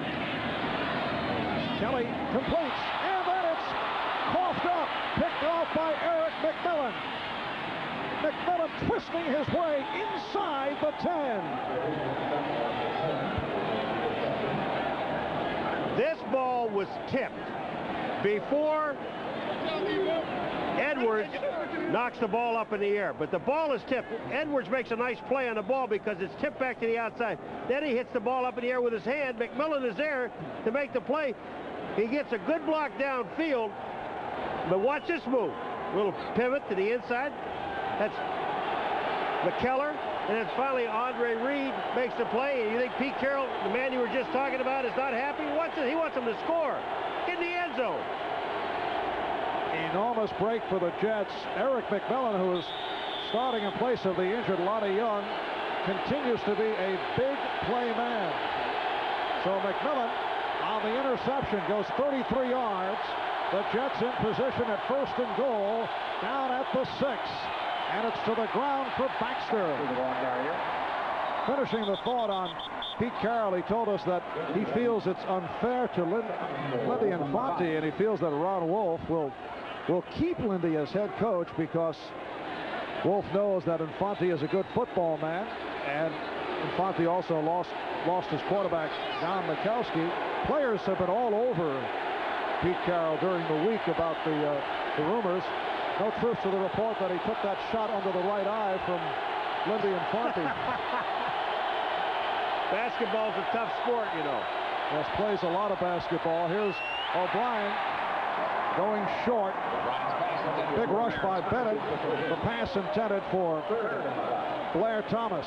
If you're going to hold the Buffalo defense, what you must do is run at him. Don't try this stuff with Cornelius Bennett down on the goal line. He is there. But the Blair Thomas, the pass O'Brien tried to throw to the outside to Blair Thomas, Mark Kelso, number 38, read it perfectly. They ran one play and they gained 2 yards, the Jets. Then it went back to play-action passes. Now we're looking at 5 wide receivers again.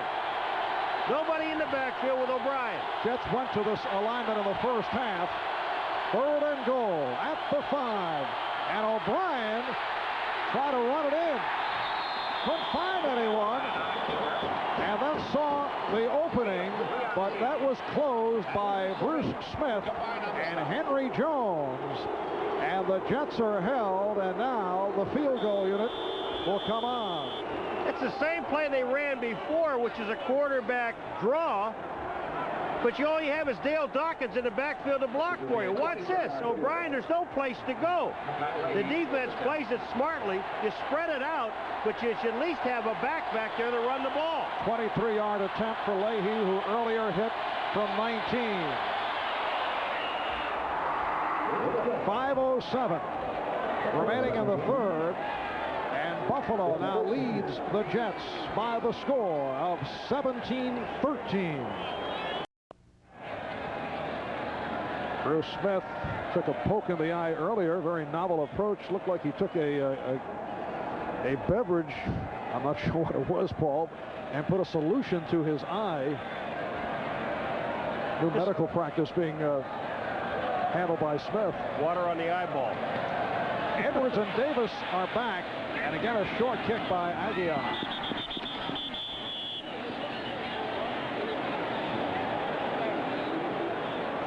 Number 85, Al Edwards, has had an exceptional day as a receiver with 8 catches and 69 yards. We're set for another update. Let's go to Bob. Marv, we just wanted to let your viewers know that Lawrence Taylor is inactive for the game today. The Giants are playing in Cincinnati, a late start. They'll kick off at 4 o'clock Eastern time. This is only the 2nd game that Taylor has missed in his long career because of injury. He has missed others because of suspensions and various other reasons, but this is only his 2nd miss because of injury. Marv? All right, Bob, 5:01 remaining in the 3rd here in Buffalo as Kelly throws. Nice catch by Thomas. One-hand grab by Thurman Thomas. Run out by Mike Brim. Let's check out the Hertz 10-minute ticker. Miami with a 30-7 lead on Tampa Bay. Cleveland gunning for a record of 6-7, which would put them in the wild card hunt.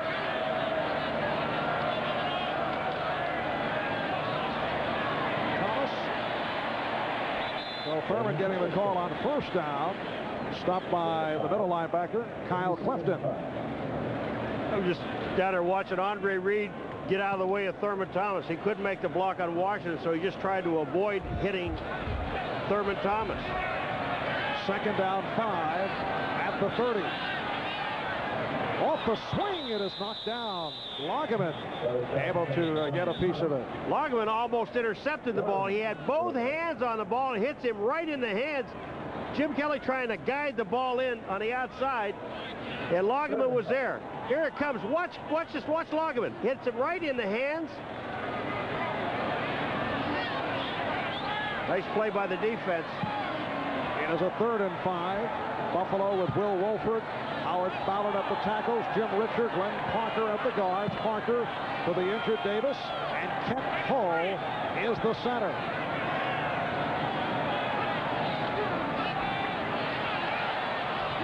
Kelly goes incomplete. Intended for the tight end, Keith McKellar, and Jim Kelly checking his hand. Bobby Houston, number 55, is putting the pressure. Watch Houston come to the outside, then up the middle. They get more heat. And Kelly really had nowhere to throw the football, and the Jets hold the Bills to 4 and out. So it brings on Chris Moore in his first year with the Buffalo Bills by way of the Montreal machine of the WLAF. Mathis is back and calls for the fair catch out of the 29. A 41-yard punt by Moore. So with 4:12 remaining in this third quarter, the Jets take over. They're trailing Buffalo 17-13. A reminder, next Saturday, a test of human endurance coming to NBC Sports. The world's top triathletes will attempt the grueling Gatorade Ironman triathlon, a 2.5-mile swim, 112-mile bike trek, and Paul, a full marathon. Witness the agony and the ecstasy of the Gatorade Ironman triathlon next Saturday, 4:30 Eastern Time here on NBC. That's my kind of event. Right. Jets from their 29. O'Brien with the give to Thomas. Blair Thomas, the ball And he is stonewalled by Cornelius Bennett. We had a chat with Blair Thomas yesterday afternoon. He told us he felt the criticism he received in the media in the New York area was unfair. He feels he hasn't been in a slump, has not been able to get much going here this afternoon. He says each week he grades out so well. The coaches grade the players in terms of blocking, in terms of their all-around play, but fans and media react to rushing yardage, in particular when you're a high first-round draft pick. Now, last week had the good game against the Chargers, and people around the league feel that he is a sure shot. It's pointed out he's only in his second season. Penalty marker down as Blair Thomas carries short of the first down. Leonard Smith and Mark Kelso combined to make the stop. And the Jets are backing up. One thing that Blair Thomas were talking, I asked him because last week was his first 2, as you mentioned, rushing touchdowns. And he said one of the things that's really misleading about it is that when they get into the red zone, inside the 10, 15-yard line, he's not in the football game. They go to the bigger backs and they try to power to the end zone. So when he scores a touchdown, he has to do it from 20 yards or better. 79, offense, 10 yards, repeat second down. Mike Haight called for the penalty. Well, that's a valid point. The same with Toon, who has not been receiving the opportunities down at the goal line. But he catches everything in the middle of the field. Second down and 16 at the 23. We're approaching 3 minutes remaining in the third. O'Brien's pass incomplete, thrown behind Toon, who was covered again by Odoms. No, there is a problem. He's covered by Odoms, and Toon ran a route. Whether he's supposed to run a little bit short or not, I don't know. But Toon, or O'Brien, had to throw the ball so quick because Jeff Wright, number 91, was in his face. When you have that kind of a pass rush and you know you're in a second or third and long situation, especially in second and long, you've got to take half of what you need and then worry about it later on. Look at this. Hurries, 7, knockdowns 9, and a sack 1. McNeil and Hector now in the backfield. O'Brien able to elude one defender. No, he did not hold on. Great effort by Toon, and he is shaken up. Leonard Smith, one of the harder hitters in the NFL, was able to tee off on Al Toon. He caught Toon as he was extending, and apparently Al Toon is all right. Look at Toon. He jumps at this ball, no fear at all. You talk about going across the middle now, and Whoa. he takes a shot right in the ribs by the helmet of Leonard Smith. Takes an awful lot of guts to go across the middle, and he knows he's going to get hit. I really admire Toon. The catches that he makes, again, no touchdowns. That's not necessarily all bad. That is Clifford Hicks awaiting the punt from Louis Aguiar, his 5th punt of the day. He is back at his 8-yard line. And a short punt. Crowd reacting. They felt Burkett made contact. 37-yard punt. 2:44 remaining in the 3rd, and Buffalo will start out from its 37-yard line.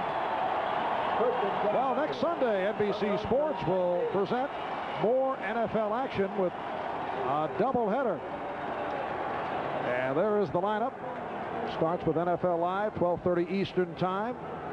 Pittsburgh, Houston, Denver, Cleveland, San Diego, KC, Indianapolis, New England. Those are the early games. Most of you will see the first-place Oilers go against the Pittsburgh Steelers. And a terrific second half. You'll see either Buffalo and the Raiders or the Jets and Detroit. Nice hole for Thurman Thomas. Marvin Washington made the stop. The Jets took an early 7-0 lead that was set up by a miscue on a punt attempt by Chris Moore of Buffalo, and then Baxter was able to run it in from 3 yards away. Kelly combined with Reed on a 16-yard touchdown play. That tied it at 7. Here's the draw, and a penalty flag is down as Thomas is stopped by Washington. Pat Leahy with a 19-yard field goal gave the Jets a 10-7 lead in the second. Norwood hit from 31 to tie it at 10 at the half. In the 3rd, Kenneth Davis ran it in from 4, and Leahy connected from 23 yards away to bring us to 17-13 Buffalo. Keith McKellar is the injured Bill, and you saw the illegal motion at the snap indicated by Keith McKellar. He's the guy that was moving when the ball was snapped.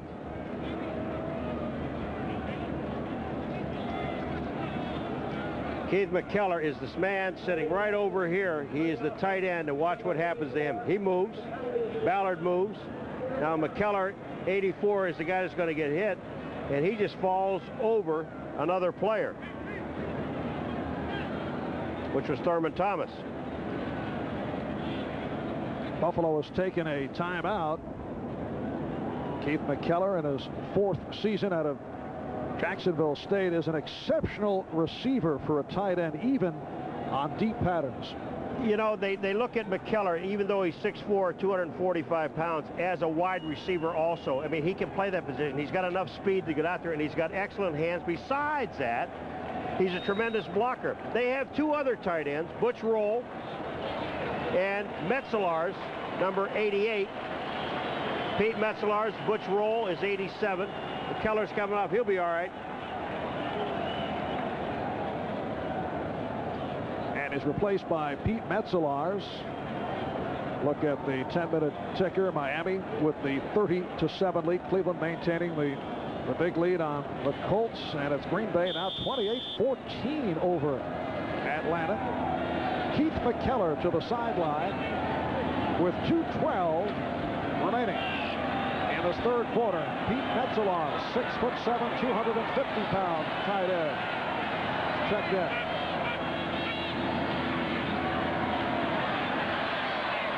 Kelly's pass deflected and goes incomplete.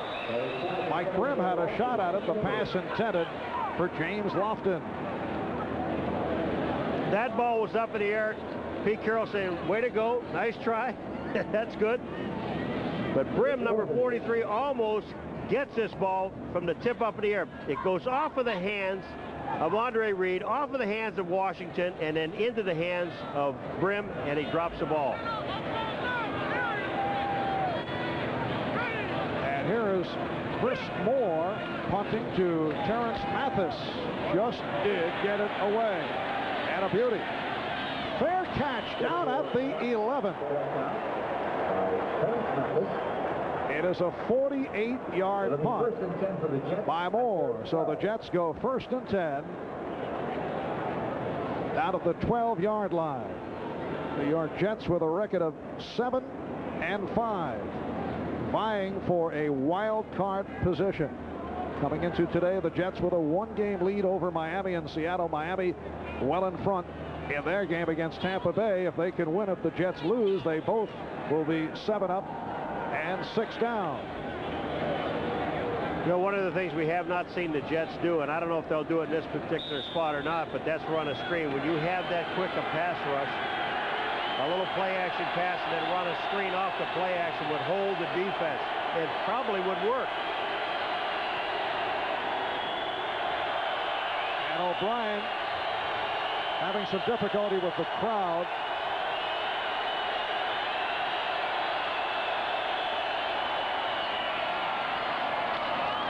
It is caught by Moore, and Rob Moore with his first catch of the day, covered by Jackson and Smith. One thing about Leonard Smith, number 46, is he's not bashful. I mean, he just doesn't limit hitting to one person. He'll hit you as long as you have a chance to get back up. That time, Rob Moore caught the ball, was down on the ground, and Leonard Smith drilled him in his eyes. A physically intimidating, strong safety. 2nd down and 4 at the 18.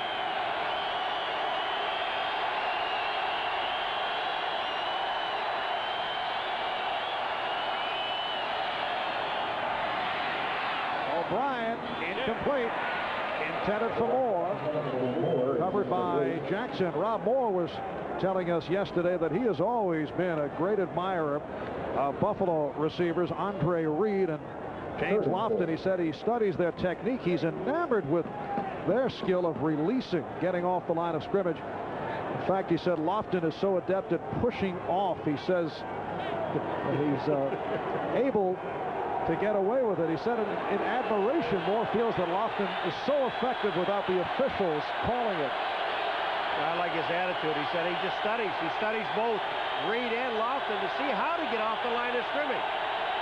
Signals being passed on by word of mouth here. Play clock down to 1, and that'll be a delay of game. Not able to get it off in time.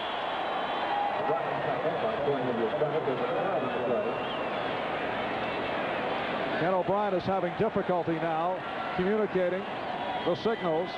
Well, one of the things that the Bills are doing against the Jets, they're putting different defensive schemes up, because there are times which you'll see Bruce Smith standing up along the line of scrimmage as the end man on the line. What they do Illegal then is motion, number 66 on the offense. The penalty is declined. 4th down. Well, they say illegal motion as that play clock was winding down. I always thought that if the offensive lineman moved, the play is automatically stopped.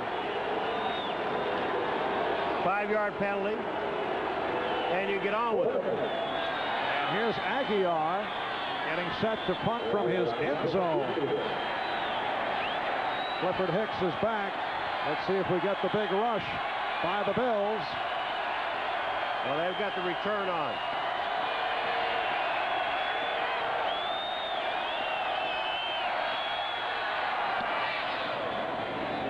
And a good punt by Aguiar. Hicks muffed it. And Henry Jones able to cover up. It's a 45-yard punt. The rookie from Illinois, Henry Jones, very quick to get to the ball. It's been a problem all year for the Buffalo Bills as punt returns. Now, Burkett was right there. First of all, it should have been fair catch. And Burkett, look what he does. Now, he's looking right now, but there was no fair catch, so he has to make the play. If he sees a fair catch, what Burkett does is he'll get down on his knees in front of the receiver, because where the ball is going to drop, it's going to go through your hands and down to the ground. He would have been in position, but Hicks did not signal for fair catch. First down at the 43, a nice hole for Thurman Thomas.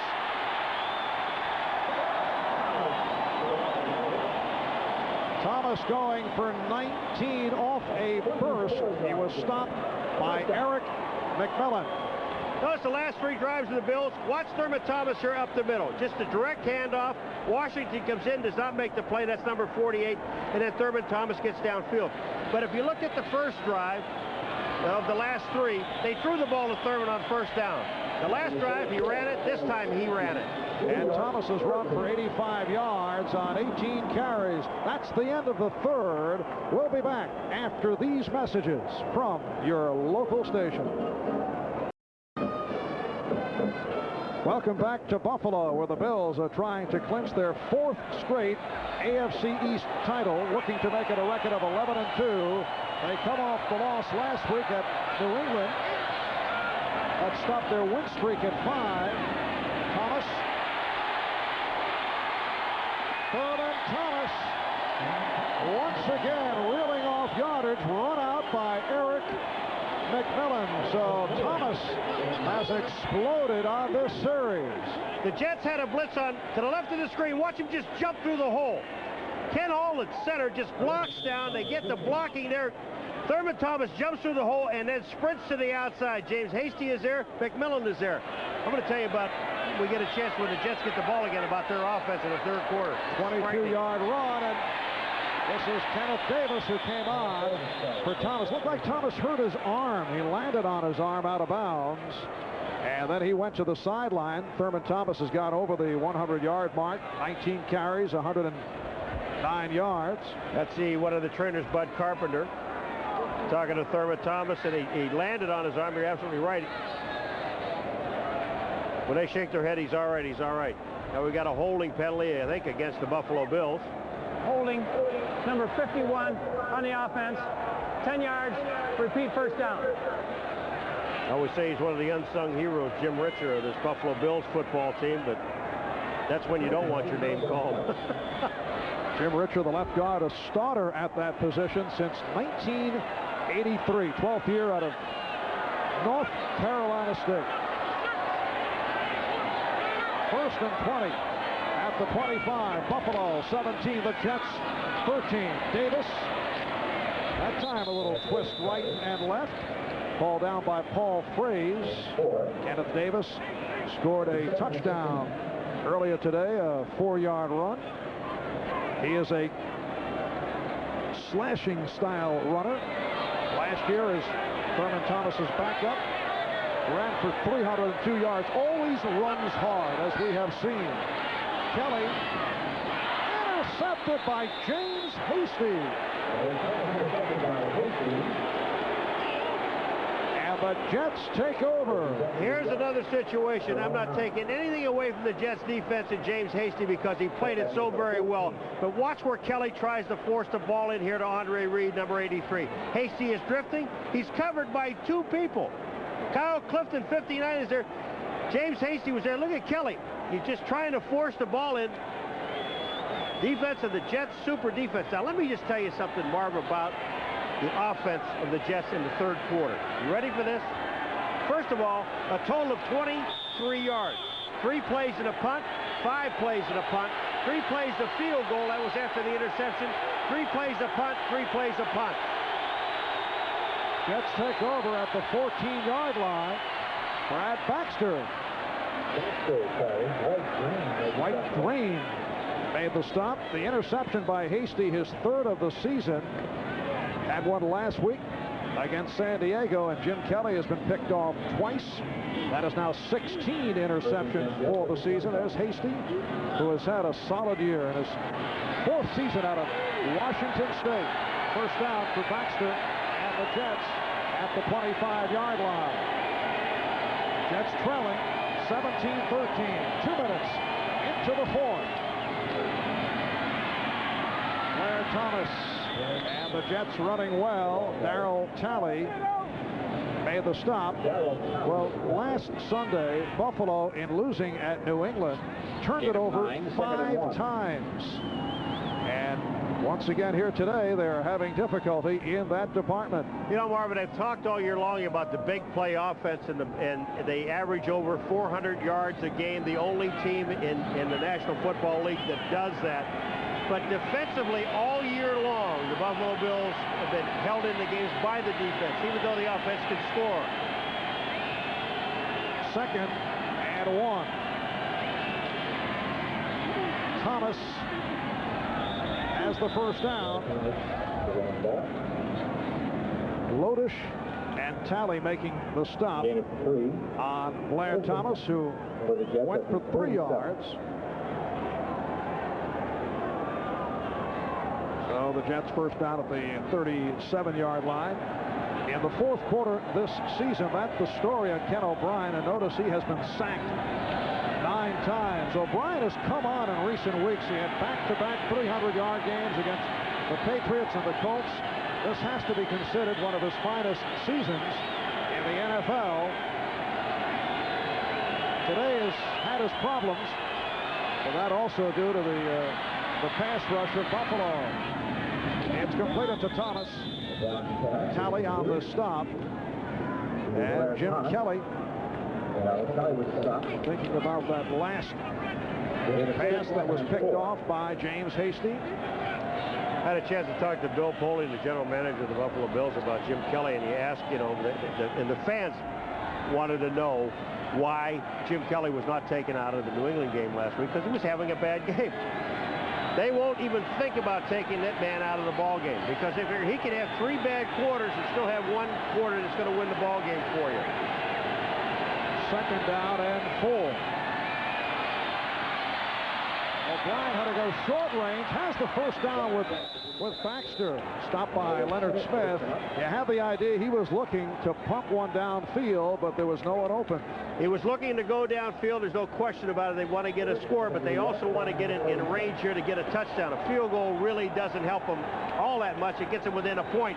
But the nice part about it is when you're watching this drive, they ran the ball 3 straight times and got 2 first downs. Then O'Brien came back, and now he's thrown the ball twice and has got another first down. Give credit to that offensive line. Those are the guys that are holding the defense out now. First down at the Buffalo 47. Play action. O'Brien in trouble. Goes short range again. Baxter slipped. Good recovery. And able to get across the 40-yard line. Tripped up by Leonard Smith, and Ken O'Brien is hurt.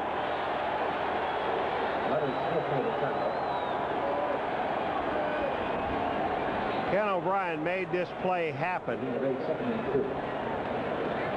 And then he got the ball to Baxter, and then Jeff Criswell, number 69, makes a super block on top of it. Here's O'Brien getting away from Bruce Smith. Jumps up in the air, and then he gets sandwiched between Cornelius Bennett and Bruce Smith. He got the ball to Baxter, picked up 8 yards on the play. Here comes the sandwich again. They made it.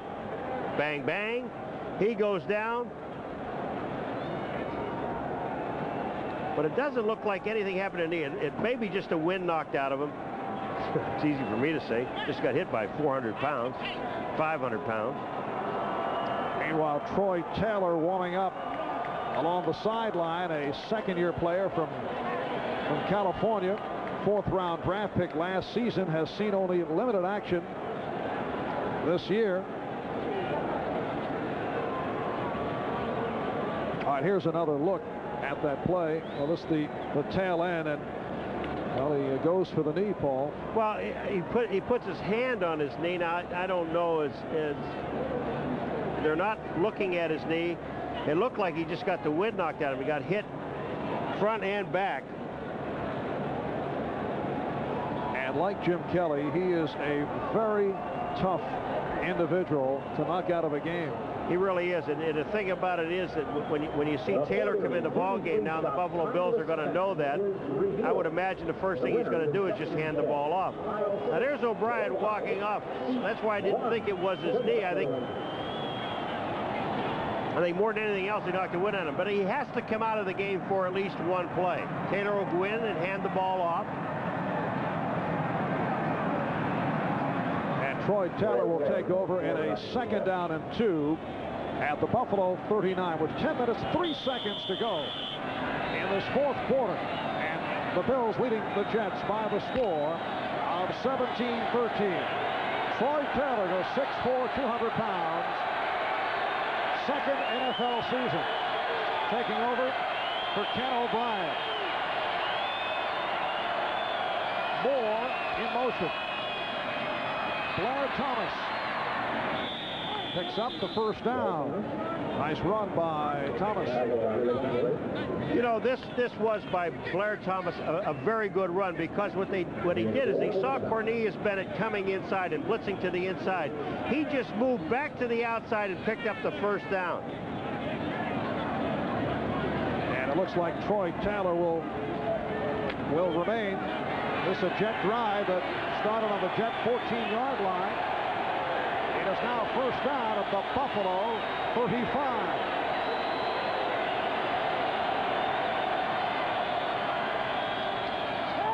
Taylor to throw as the tight end Dressel. So Troy Taylor able to complete. Dressel run out short of the first down by Kirby Jackson and Leonard Smith. Dressel just put a move on Shane Conlon, and here comes O'Brien back into the ball game, so he's all right. But Troy Taylor throws the ball out. Nice pass, simple pass, nothing too complicated, gets it out. He's smiling. He say, hey, I'm 1 for 1. I'm taken out of the game. I did my job. Got 1 first down.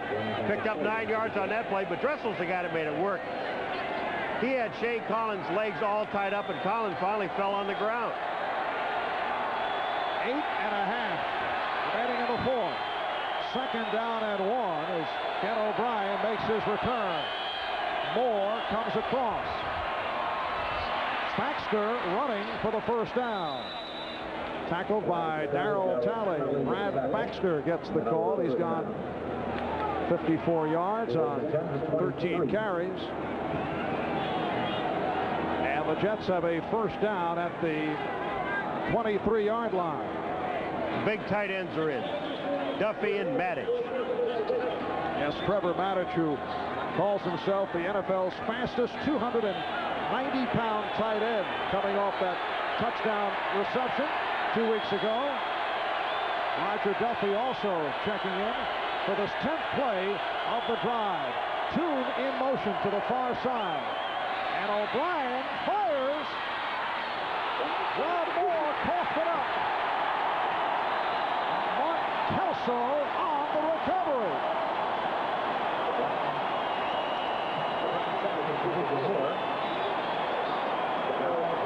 They ran a play-action pass, O'Brien, and then hit Moore across the middle. It was set up perfectly. The pass was there. Number 38, Kelso, is going to end up with the ball. Watch this. The pass is there. Bang. Moore catches it. He's coming across. He is hit there by Darryl Talley. The ball comes out into the hands of Kelso. The Bills have the ball at the 7-yard line. NBC Sports coverage of the National Football League is brought to you by Geo. Get to know Geo, available right around the corner at your Chevrolet Geo dealers. By RCA, changing entertainment again. By Visa, official card and traveler's check of the 1992 Olympic Games. Visa, it's everywhere you want to be. And by cold-filtered Miller Genuine Draft and Miller Genuine Draft Light, taking the country by storm. Buffalo taking over at its 7. Thurman Thomas with a short pickup. Scott Mercereau made the stop. And check this out, the last 4 possessions by Buffalo. Buffalo with 4 turnovers overall, and the Jets, who turned it over just a moment ago, have committed 3. Amazing. Second down and 9. It is completed short of the first down to Al Edwards. Mike Brim on the coverage, and that is the 9th catch of the day for Edwards. And that ball looked like it was tipped by Marvin Washington at the line of scrimmage. It'll be a 3rd and 2. 6:45 remaining in the fourth quarter. Bills lead the Jets 17-13. Thomas has the first down. Good second effort by Thurman Thomas. That play really hurt the Jets. They had Thurman Thomas in the backfield. They had him stopped, and he ends up picking up 5 yards on the play.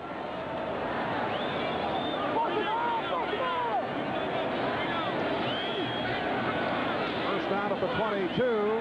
Here's the end around by Andre Reed, and again does not work. Well, 2 reverses and an end around. Failing to pick up much. Mo Lewis had that one diagnosed. Andre said, would somebody kindly block 57, Mo Lewis? Watch Mo Lewis, 57, playing here. They come out to block him. Glenn Parker, 74, you got to block Mo. Or Andre Reed's got to set up the block. And Buffalo continuing in the no huddle. That is broken up. Crowd seeking a penalty on Kyle Clifton, who reached over Andre Reed to break it up. Kyle Clifton, number 59. Watch it. Andre Reed, number 83, involved again. Over the top. That's pass interference. I mean, he didn't even hit the ball. The ball hit Andre Reed in the chest after Kyle had already knocked him almost down. 3rd down and 6. Kelly for a wide open James Lofton.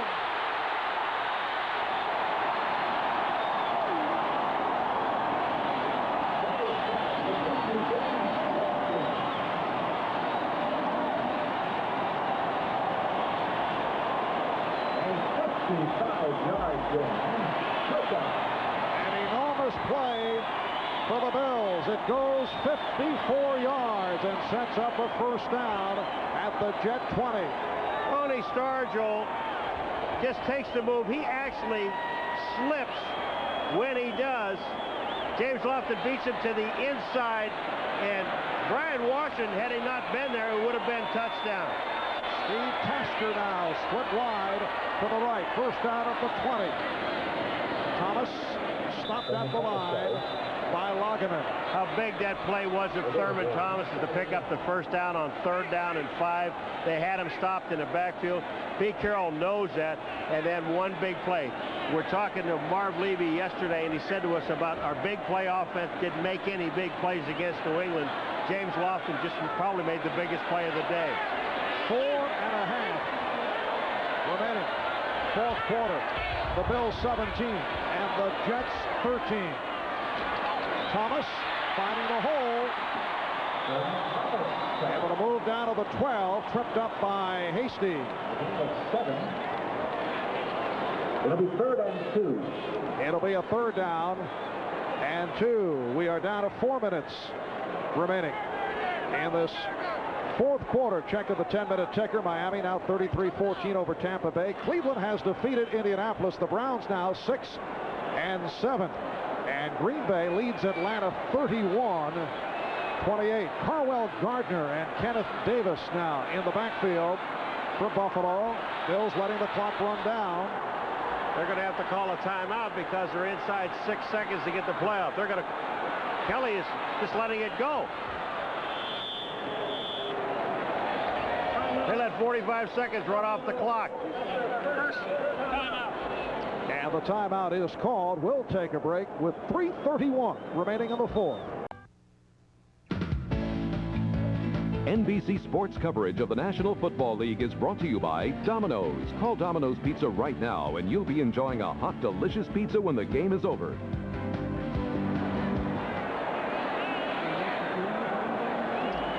Well, the security force has arrived. They have doubled the force to more than 400, Paul. You'll also be delighted to know that the security includes attack dogs just in case the celebration gets out of hand, which would occur last year. That is, if the Bills are able to hold on for the victory to win another AFC East title. Here's Thomas for the touchdown. But a penalty marker is down. I saw Marvin Washington sitting on the ground. Thurman Thomas is in the end zone. They're signaling touchdown, and he's clapping his hands. Now, I know he wasn't applauding Thurman Thomas's run, so it had to be a holding penalty or some kind of movement penalty.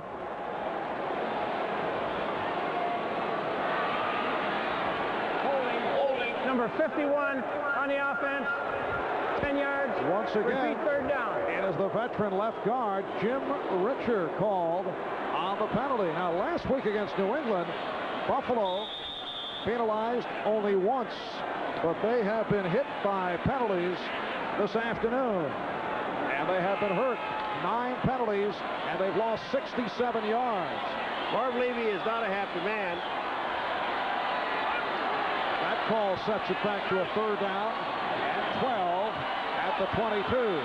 3:26 remaining in the 4th. And a flag is thrown. Delay a game. You know, I was just looking here, and you think about throughout the National Football League.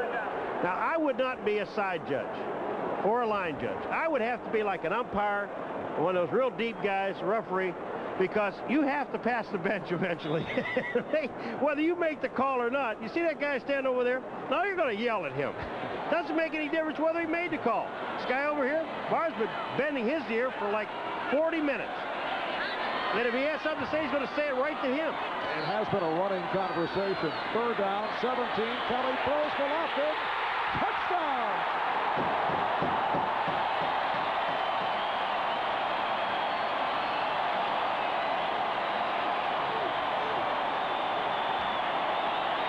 Two huge plays involving Jim Kelly and James Lofton. One for 54 yards to bring Buffalo to this end of the field, and now the touchdown pass for 27 to open up the game. The Bills now lead 23-13. Lofton's fifth catch, 109 yards. He beat Tony Stargell. And here is Scott Norwood looking to add the extra point. Again, we're the Buffalo Bills and Jim Kelly find the man that's being covered one-on-one. Stargell on Lofton. Well, they may be checking this out. All right, here it is again. Lofton fakes to the corner, cuts back into the post. Stargell already made his commitment. Here's Lofton. Is it a touchdown? Oh, yes. There's no question about touchdown. I don't know what they're looking at. He's got to be hit. He's down on his knees. He falls in the end zone. What did I mean? I don't know what you're looking at. The only time Stargell touches him is like moments later. A lot of moments. And after reviewing it, they said it was a touchdown. Nice call. Yes. Wright will put it down for Norwood. 3:21 remaining in the fourth. And Buffalo leading it now by the score of 24-13. Well, last December, following the Bills-Miami game here at Rich Stadium, Buffalo clinching the division, fans stormed the field. You'll recall that, Paul. We did that game. The goalpost torn down, and you can see the security forces making their way, surrounding the field. They do not want any fans to get close to the goalpost. Well, they showed the fans the football game, and now they're going to have pony rides. The kickoff by DeLuiso, and there will be no return by Johnny Hector. All right, let me show you what happens to Stargell on this play. And right here, this is James Lofton. Now here's Stargell. When they get to the 15-yard line, Lofton's going to make a move out like this and then back into the corner. Watch what happens to Stargell. Here we go, and stop right there. Here's Stargell. Look at, he's facing towards the sideline. This is when Lofton makes the break, and now he heads here. Here comes the touchdown. It's all over. Stargell had no chance. Once he committed to the outside, it was over with. Gets from the 20 with 3:12 remaining in the fourth. And O'Brien goes deep.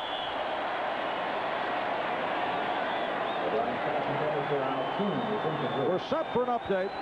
Let's go to Bob Costas. Marv, earlier we told you that Lawrence Taylor is inactive for the Giants at Cincinnati. That game has just kicked off. Another question mark was John Elway with the sore shoulder. There he is warming up moments ago, and he is starting for the Broncos at home at Mile High against the Patriots. 20-degree temperatures won't help him get loose, but Elway's going for the Bronx. Marv? Bob, Buffalo with a 24-13 lead on the New York Jets, and O'Brien tries the other side, and Rob Moore able to get out of bounds, has the first down, covered by Nate Odom. 44-year-old Jets head coach Bruce Coslett, second year as head man. He and general manager Dick Steinberg have done a nice job in turning this franchise. Still a long way to go, but the Jets showing signs and getting respect around the league. Now, he will say, so what for another moral victory if the Buffalo Bills hold on and come up with the win. But there's no question about the improvement of this ball club. And Freeman McNeil is hit down by Leonard Smith. However, looking down the road, a loss here by the Jets drops them to 7 and 6, and a very difficult schedule ahead in terms of playoff hopes. Next Sunday at Detroit, home for an improved New England team, and they finish up at Miami. Hector has a first down. Bennett on the stop. And here you are, you're down by 11 points, and your running plays, you throw a pass to Freeman McNeil in the middle of the field, then you run a quick handoff, trap play up the middle. You get a first down, I understand it, but you have to throw the ball. Odom's getting a piece of that pass intended for Moore. If that ball was on target to the outside for Rob Moore, it would have been intercepted because Nate Odom was in perfect position to make the play. A gamble by Odom, but reading the quarterback as well as he did and as quick as he is, he could have been right there. 2nd and 10 at the 45 with 2:14 remaining in the fourth quarter. No heading to the exits by this capacity crowd. They want to view the celebration. Better than 80,000 on hand, and down goes O'Brien. Bruce Smith with his first sack of the season. All is forgiven. See, all you have to do is get a sack. Now they forgot that he hadn't played, but this is his second game in 13 games. He gets in, and that's his sack alone. All is forgiven. Down to 2 minutes. I think Bruce mentioned a couple of weeks ago when he comes back for the final 4, he'll end up leading the Bills. He said he could. Sacks. Cornelius Bennett only had 7. We'll be back in a moment. The Buffalo Bills gunning for their 4th straight AFC East title, seeking to make it a record of 11 and 2. They've won 16 straight at home. They've won 8 straight against the Jets. Troy Taylor has come back on, replacing Ken O'Brien, who was shaken up earlier. Just under 2 minutes remaining in the fourth, and Taylor, who is adept at running, gets out to midfield, stopped by Henry Jones. Troy Taylor took a timeout, and they're in. We're talking the 4th down and about 7. And O'Brien finishes 15 for 29, 180 yards, and 2 interceptions. Back in Buffalo, Marv Albert with Paul McGuire, 1:46 remaining in the fourth quarter. And Buffalo breaking it open in the second half. They were tied at 10 at halftime. The Bills with a 24-13 lead. It's been a terrific day for Thurman Thomas. 23 carries, 124 yards, plus 4 receptions for 33 yards. And the pass incomplete. Clifford Hicks on the coverage of Chris Burkett. And the Bills now begin the celebration with 1:41 remaining in the fourth. And the Jets hand the ball over on downs. The Buffalo Bills celebrating another AFC East crown.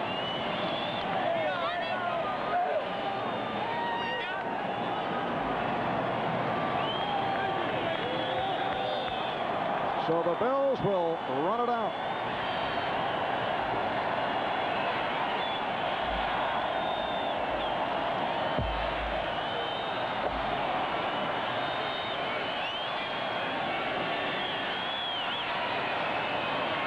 Kenneth Davis, stopped by Kyle Clifton. Let's take a look at today's Cannon camcorder replay of the game, and this was huge. It set up the final touchdown with Kelly connecting with Lofton on a 54 40-yard pass play. And he did on the touchdown that Lofton made. He had Stargell going the same way again, the same fake to the outside and back to the inside. It'll be a second down and 6 at the 46. The executive producer of NBC Sports is Terry O'Neill. The coordinating producer of the NFL on NBC, John Francis. Today's producer, David Michaels. Today's game has been directed by Andy Rosenberg. Our statistician, Mr. Stats himself, Elliot Kalb, assisted by Carrie Haller and Larry Pollock. And our spotters, good work done as usual by Michael Gluck and Steve Solomon. Minute and a half to go in the fourth. Buffalo will make it a record of 11-2. The Jets will drop to 7-6 in a tie for a wild card slot with the Miami Dolphins. Dennis Davis, the ball carrier. No gain. The employee owners of Avis would like to salute the game's most valuable player, Thurman Thomas. He is the winner of the We Try Harder Award. Avis, the official car rental company of the NFL.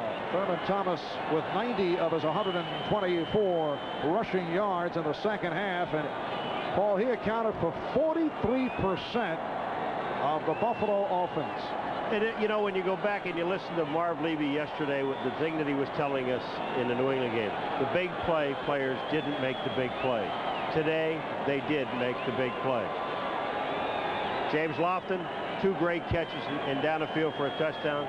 And then, of course, Thurman Thomas with all of his yardage. And a strong game for Jim Kelly, although he was picked off twice. 21 for 38, 250 yards, and 2 touchdowns. Stay tuned for the Old Spice NFL postgame report. That is coming up momentarily. Here's Davis on a slant. Joe Kelly, the outside linebacker, made the stop. It'll be Bob, Will, Bill, and O.J. The Old Spice NFL postgame report. A look at scores and highlights. And that will follow the Jets and the Bills. We're down to 1 minute and counting. And if you wonder why they haven't left, that's the people here. That's because the Bills have just sewed up the AFC East. Amazing. 104 no-shows. 80,243 people here. And I'll bet you there isn't more than 100 that left. Bills averaging 79,000 plus per game. They'll break their own NFL single season attendance record.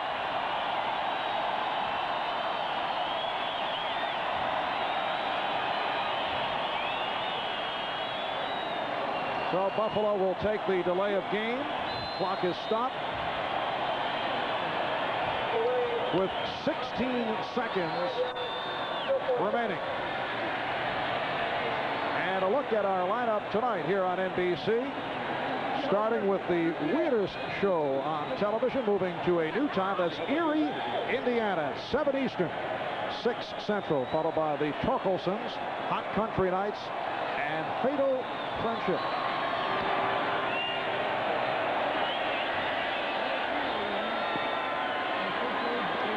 Terrence Mathis let it go, and now we're down to 6 seconds to make this one official. The Buffalo Bills bouncing back from the loss last week in Foxborough. And they will make it 17 straight wins here at Rich Stadium, 32 of the last 34. And this series against the Jets dates back to the old AFL games back in September.